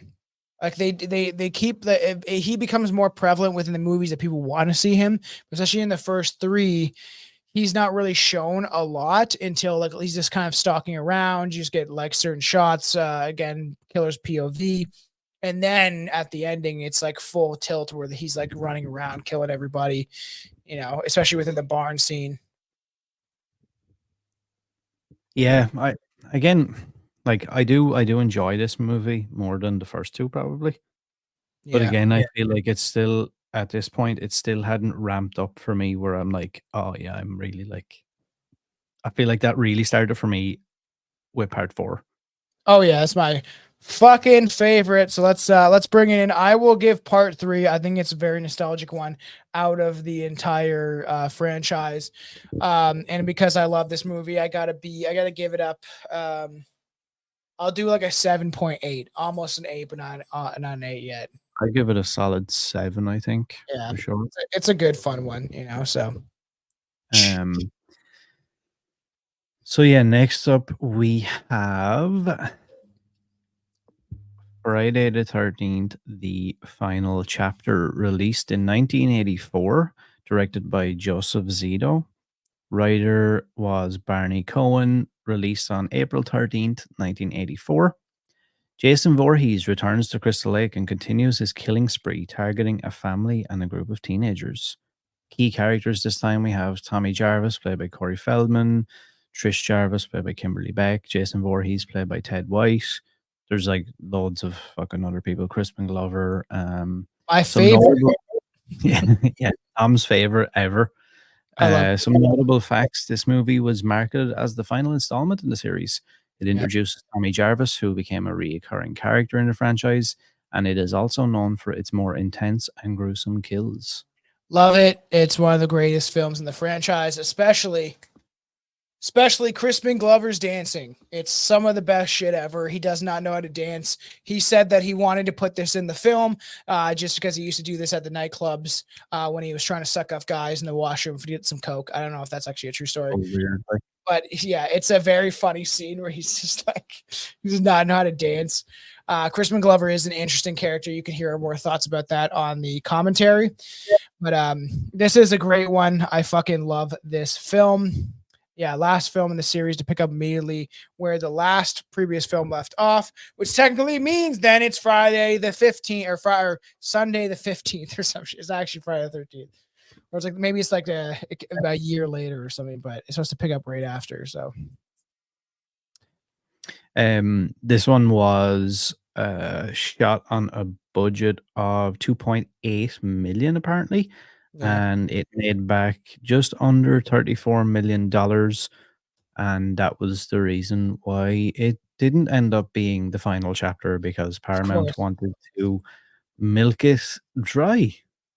Like they did, and they made some awesome movies, in my opinion. I love them. I just love how easily, like, right, when you come up with like stories and stuff, like creatives have like, okay, let's make this like the final chapter and like put a, you know, kind of a bookend on it and leave it alone. And then like the movie comes out, it makes like nearly $40 million again. And like the studio are obviously like, well, we're making another one. And it's like, come up with a title. And then like the next movie becomes Friday the 13th, A New Beginning. And it's like, we'll just fuck. Yeah, we'll just like make up a whole new story and all. It's so funny, and we'll get into it. The part 5 used to be my least favorite, just like part 5, just like Nightmare on Elm Street 5 was my least favorite of the franchise. Both the 5s and my 2 favorite franchise horror movies. It was always part 5s that I did not like because I felt like they just went overboard. As I've grown up, as I've acquired a different taste and stuff, part 5 is one of my favorites. I think it's pretty good. And we'll talk about it when we get there. But rumors used to suggest that by 1983, Paramount had become embarrassed by their association with the Friday the 13th, thus preferring ending things. You know, we're going to end to this with part 4. However, despite how hard Siskel and Ebert at the time to will this into reality, it's mostly untrue. Paramount was aware the slasher fad had been played out due to the overexposure, which is why it seemed a good idea to bring Friday the 13th to the end. However, it wasn't their idea. That come from Frank Mancuso Jr., started out the production assistant on part 2, and quickly risen to the ranks of producer for part 3. In a short time, he had grown to resent the franchise because in Hollywood, once you become known as the guy who does a certain kind of thing, they'll never see you as anything else. So he wanted to kind of bring it to a close, which didn't work out in his favor. No, and like anything like this that makes money is just they're never gonna let it go. No. Which look, I get in one sense, because I suppose money is like the bottom line for a lot of these companies. Like that's why they get into it. So like they're never just going to let it die if it still makes money. Yes. Drink. You have to drink your chocolate sunscreen. Or whatever you call it. So yeah, Jason in this one was played by stuntman Ted White. He actually refused screen credit for the role because he had personal reservations about these type of movies. He has since come out and talked about it in length and says that it turned out to be much better than he anticipated. Nevertheless, he got into the spirit of things while on set, as he would only have minimal interaction with the rest of the cast because he didn't want them to become too familiar around him. He feared it would interfere with their performances. He was also very concerned about the well-being of his co-stars. In one heavily publicized incident, the actress who portrayed the character of Samantha Juni Arison was required to perform her nude death scene in the middle of a raft in the dead of winter. She became so cold that she actually started to cry. But director Zito did not want to stop the filming. White became so angry that he threatened the director and said he would quit if he wouldn't let her come out of the lake and warm up. Zito then complied. In another death scene, actor Peter Barton, who played the character of Doug, was hesitant to perform a scene because he had been seriously injured doing a stunt in a previous film, and had required surgery. Sensing this, White made sure that extra padding was placed behind his head for the scene where his skull was crushed against the shower wall. Oh yeah, that's an intense scene too. He like bashes his fucking face in, and that's pretty wild too. And as we talked about in the commentary, like that whole scene of her like being out in the middle of that's crazy that they filmed that in the winter. Did not know that. Yeah, it's a bit wild, right? She's got erect nipples, That's fucking crazy. So weird. Yeah, it's so crazy. It's weird. Amy Steele talked about Peter Barton. Barton had been doing something of a teenage heartthrob, co-starring in Friday the 13th Part 2. Heroine Amy Steele in her short-lived sitcom, The Powers of Matthew, starred TV Guide's 22nd worst TV shows of all time. By the final chapter, offer came to around to Matthew Starr was off the air, and Barton wanted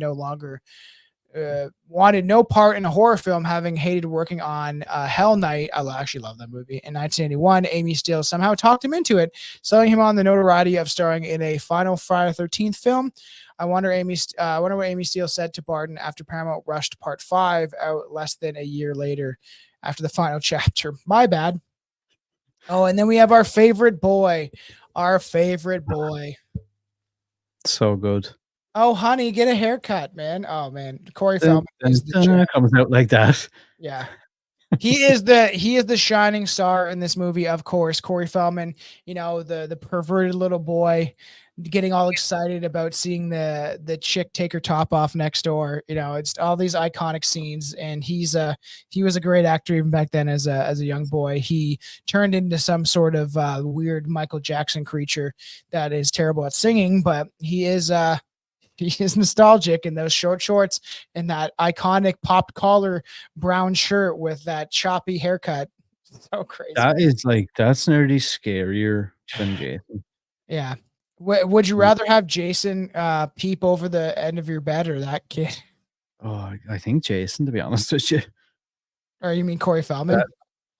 That is horrifying. Yeah, he's a horrifying, but like you can make a whole movie centered around that look that he's some ghost boy. It's so weird, like crazy. Some behind the scenes images. Yeah, this is an awesome film, one of my favorites. Pretty crazy, man. Pretty crazy.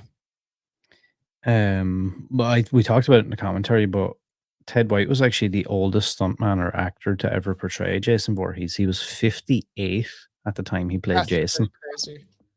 He eventually, unfortunately, died in October 2022, and he was the longest living cast member of any Friday the 13th movie at 96 years of age.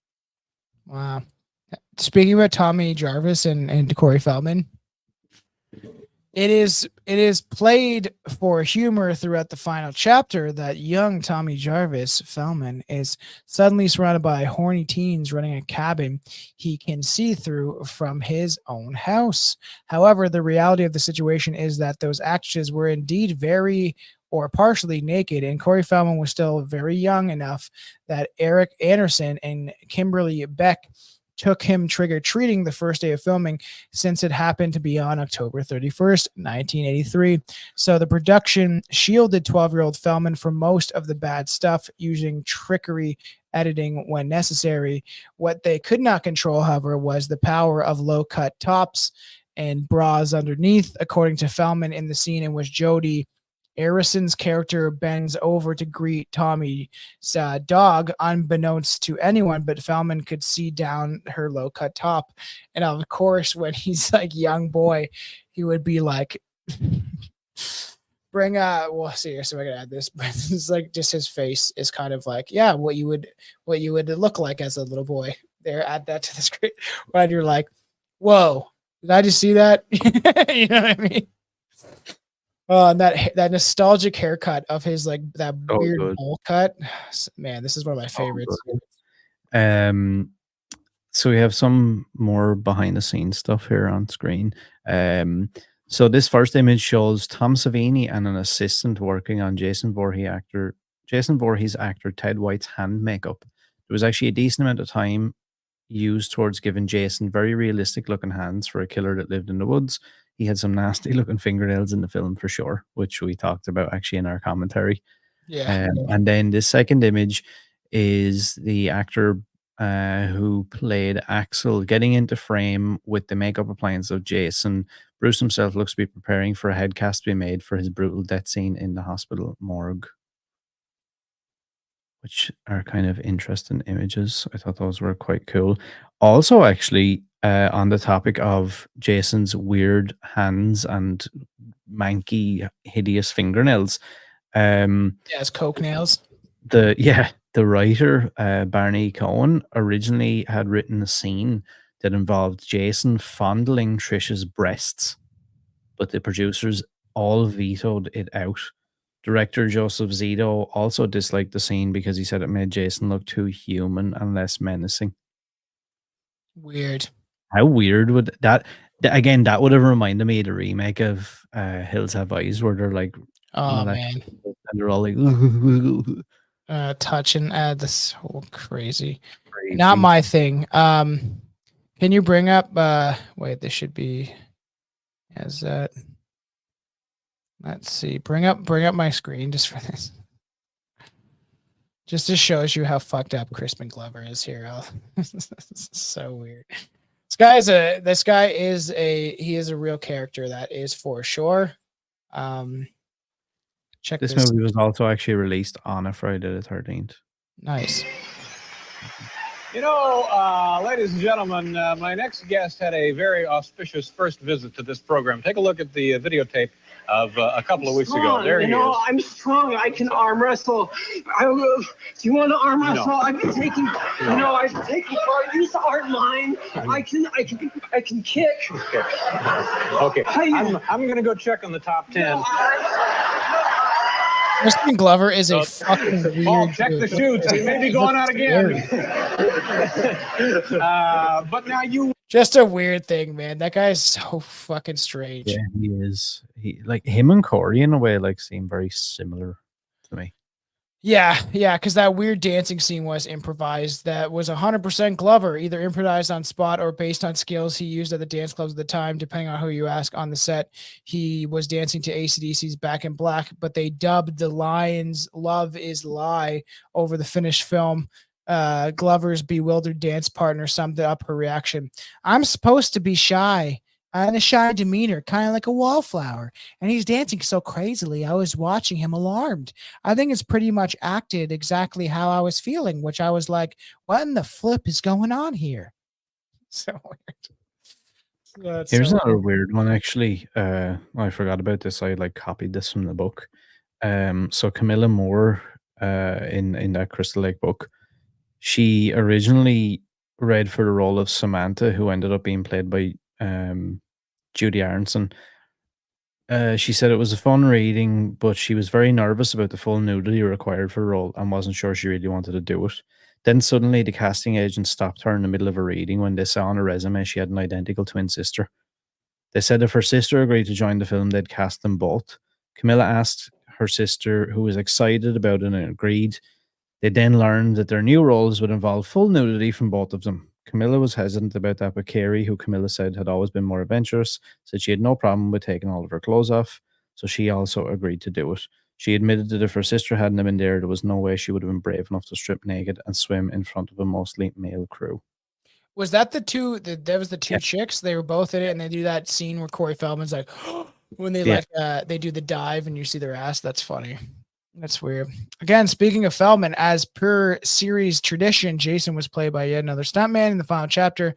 This time, Ted White, a seasoned veteran of 40 years, had doubled for John Wayne and Clark Gable. He did not like Corey Feldman calling him the meanest goddamn little kid. That's so funny. He's like, fuck that kid, man. He called Corey Feldman the meanest goddamn little kid he'd ever dealt with.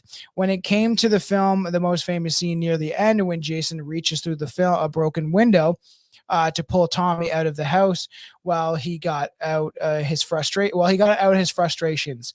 They had worked on the timing when White would grab Feldman beforehand, but during the filming, White waited a couple of beats to the point that Feldman assured that the stunt had gone wrong. So just as he let his guard down, White grabbed him exactly as you see in the film, meaning Corey Feldman's screams of horror were completely authentic. That's so funny. It's so funny that he called him like the fucking worst kid. This kid's like the meanest piece of shit kid ever.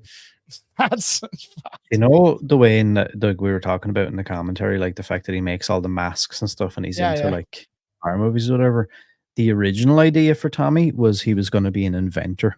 So they even like they fleshed it out even more. There was like one of his projects was a device made from like a microwave, and that was what was going to be used for him to kill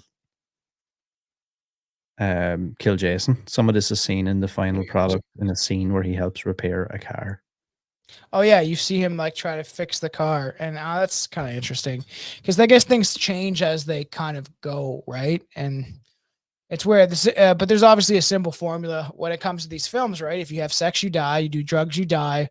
Whatever happens, though, if one of the characters pretending to take drugs actually takes real drugs to get in character, nothing good. At least that's what Lawrence Morrison discovered when he decided to actually smoke pot when his character Ted is supposed to be smoking pot prior to his death. And we talked about this joking on the commentary. He's like, yeah, that's funny. Even though does he even use a hammer? Just Corey Feldman's so nostalgic, and these are some of my favorite characters when it comes to the whole franchise. And we talked about this, how he's just the kid's laughing his ass off just watching like beauty films, like stag films from like the 1920s or whatever. And yeah, Ted is supposed to be smoking pot prior to his death. Instead of helping him get into character, the pot mostly rendered Morrison incapable of concentrating on any scenes, and he became paranoid and freaked out on set. So pretty crazy. That scene where we're looking at some of the death shots, the kills, that pull through the dick is awesome. That's a pretty intense shot. I didn't notice actually in Turkey, this film and the sequel, A New Beginning, were released at the same time. So you could watch them back to back, and the poster in Turkey had both movies on the one poster. Oh, weird. That's kind of, there's definitely some iconic scenes in this. Let's go through some of the deaths. Connor Axel, throat slash with a hacksaw, neck broken. Nurse Robbie Morgan, disemboweled with a scalpel. That's nice. Hitchhiker, neck impaled with a knife. Samantha, stomach impaled with a knife. Paul, groin stabbed with a spear gun. That was one of my favorites. Terry, back impaled with a spear. Mrs. Jarvis, unknown. Jimmy, hand impaled with a corkscrew. Face with stuck with a cleave. That one's great. Crispin Glover, when he's like, hey, he's like calling to his friend that's just getting stoned watching that porn or whatever. And hey, man, where's a corkscrew? And then it like goes directly through his hand, and then that fucking quick shot just to the face of the meat. Pretty spot on. Like it a lot. Tina thrown through a second story window. You have that picture, don't you? Where she's just like tossed. Yeah, that's I love that shot too, where he just like full on like manhandles her and just like tosses her right out a window. Ted, head stabbed with a knife. Doug, head crushed against the wall. Pretty iconic scene. That one's like fucked up. It's pretty brutal. Sarah, chest stabbed with an axe. Chest stuck with an axe. Rob, reportedly stabbed with a garden claw. That's an interesting take. And then Jason Voorhees, repeatedly struck with a machete, even though he doesn't technically die. He does that's when Corey Feldman's famous scene where he's like, die. He's like freaking out. Iconic, gotta say. Yeah, a bit cringy, but yeah, definitely iconic for sure. Yeah, there's a lot of things cringy about this film, but that kind of makes part of it, right? Like the whole scene where he tries to distract him somehow he sees the picture, even though we talked about this on the commentary, is like, how does he know how'd they know what Jason looked like as a little boy? Because technically there's no clear-cut idea of what he really looked like, and how would they know, especially covered in like it'd be like an artist rendition. And then Corey Feldman gets the smart idea. It's like, I'm gonna act like him so it confuses him, I guess. here's a we get to hear again from our good friend and film critic Roger Ebert, Yeah, our favorite. who called this film an immoral and reprehensible piece of trash after he was forced to spend his own money to go and see it to review it. I'm glad that guy's jaw fell off. Fuck that guy. Yeah, he says that literally about everything. I know. And I don't even know where you got the cred to be able to do some of that stuff because Yeah, no, it's weird. he became the slack jawed, like maybe that was part of your, maybe was karma, man, from all your negativity, the things that you'd like to shit on when you weren't making anything, bro. You make a movie. People love this movie, especially part 4 is like guaranteed it's people's favorite in the franchise. So, and yeah, altogether the kills were 14.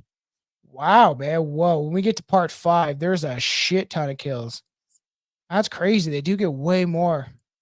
Did you know this, actually? So, due to the declining interest in slasher films at the time, the final chapter was initially conceived as a prequel featuring Pamela Voorhees in a custody battle with her ex-husband for their son Jason. The first draft of the script was 160 pages long, but was ultimately deemed too dark by the producers to fit under the Friday the 13th banner. Executives and publicity from Paramount were disappointed by this, as they said the script was incredible and they planned on releasing it during the holidays for an awards push. What? Why didn't they redo this then? Why isn't this coming out now? I know, right? Because I feel like people would like to see that. Wild. Yeah, like a prequel to see. Yeah, that's interesting, man. Weird. Yeah. I like part 4 for what it is. I don't want to see anything different. I think it would bother me. But that as an idea, it's a great, it's kind of a great concept. The idea of like Freddy Krueger before he's burnt alive, right? To show him going through Springwood or whatever. And is that what it's called? Springwood? Is that what it's called? And then killing all the kids, right? So same kind of idea of finding out why these people, why this happen, right? How did they become these maniacs? Yeah, I love part 4. It's one of my favorites in the whole franchise for sure. There's so many nostalgic characters, so many good kills. The mask looks awesome just because he's got like the cut through this. Like everything's pretty awesome. Even when he gets his mask taken off and he has that gnarly looking face. His face does get stranger and weirder throughout a lot of the films. Here, bring this up. You know what was happening there as well when they were bringing in different. They were bringing in different makeup artists and stuff and like special effects. Yeah. So what was happening there was people often ask this question about like, why the fuck does he kind of look a little bit different all the time? Mm-hmm. Some of it may have been intentional, but some of it was from each movie.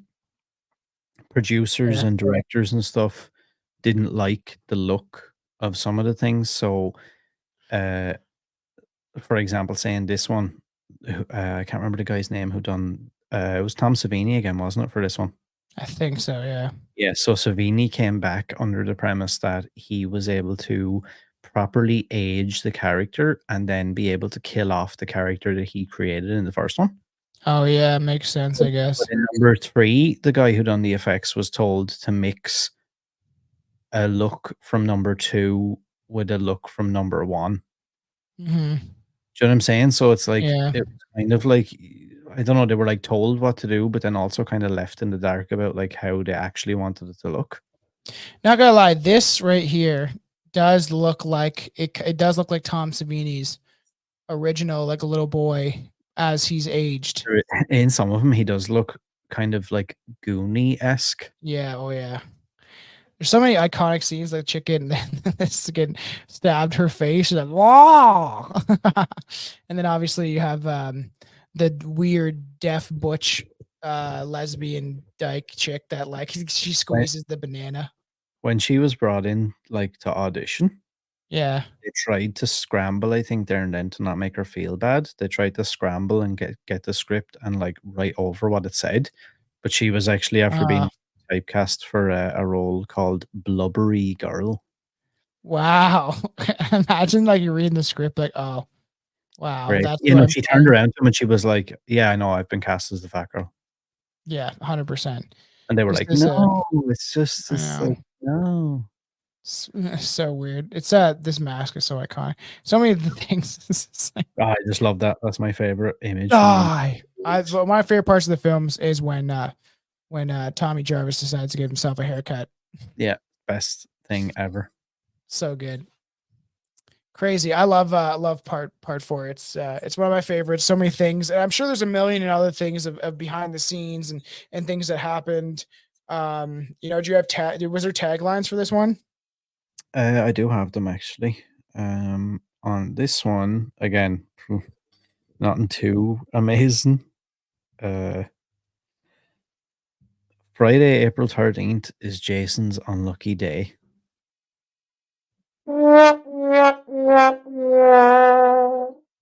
This is the one that you will be dying for.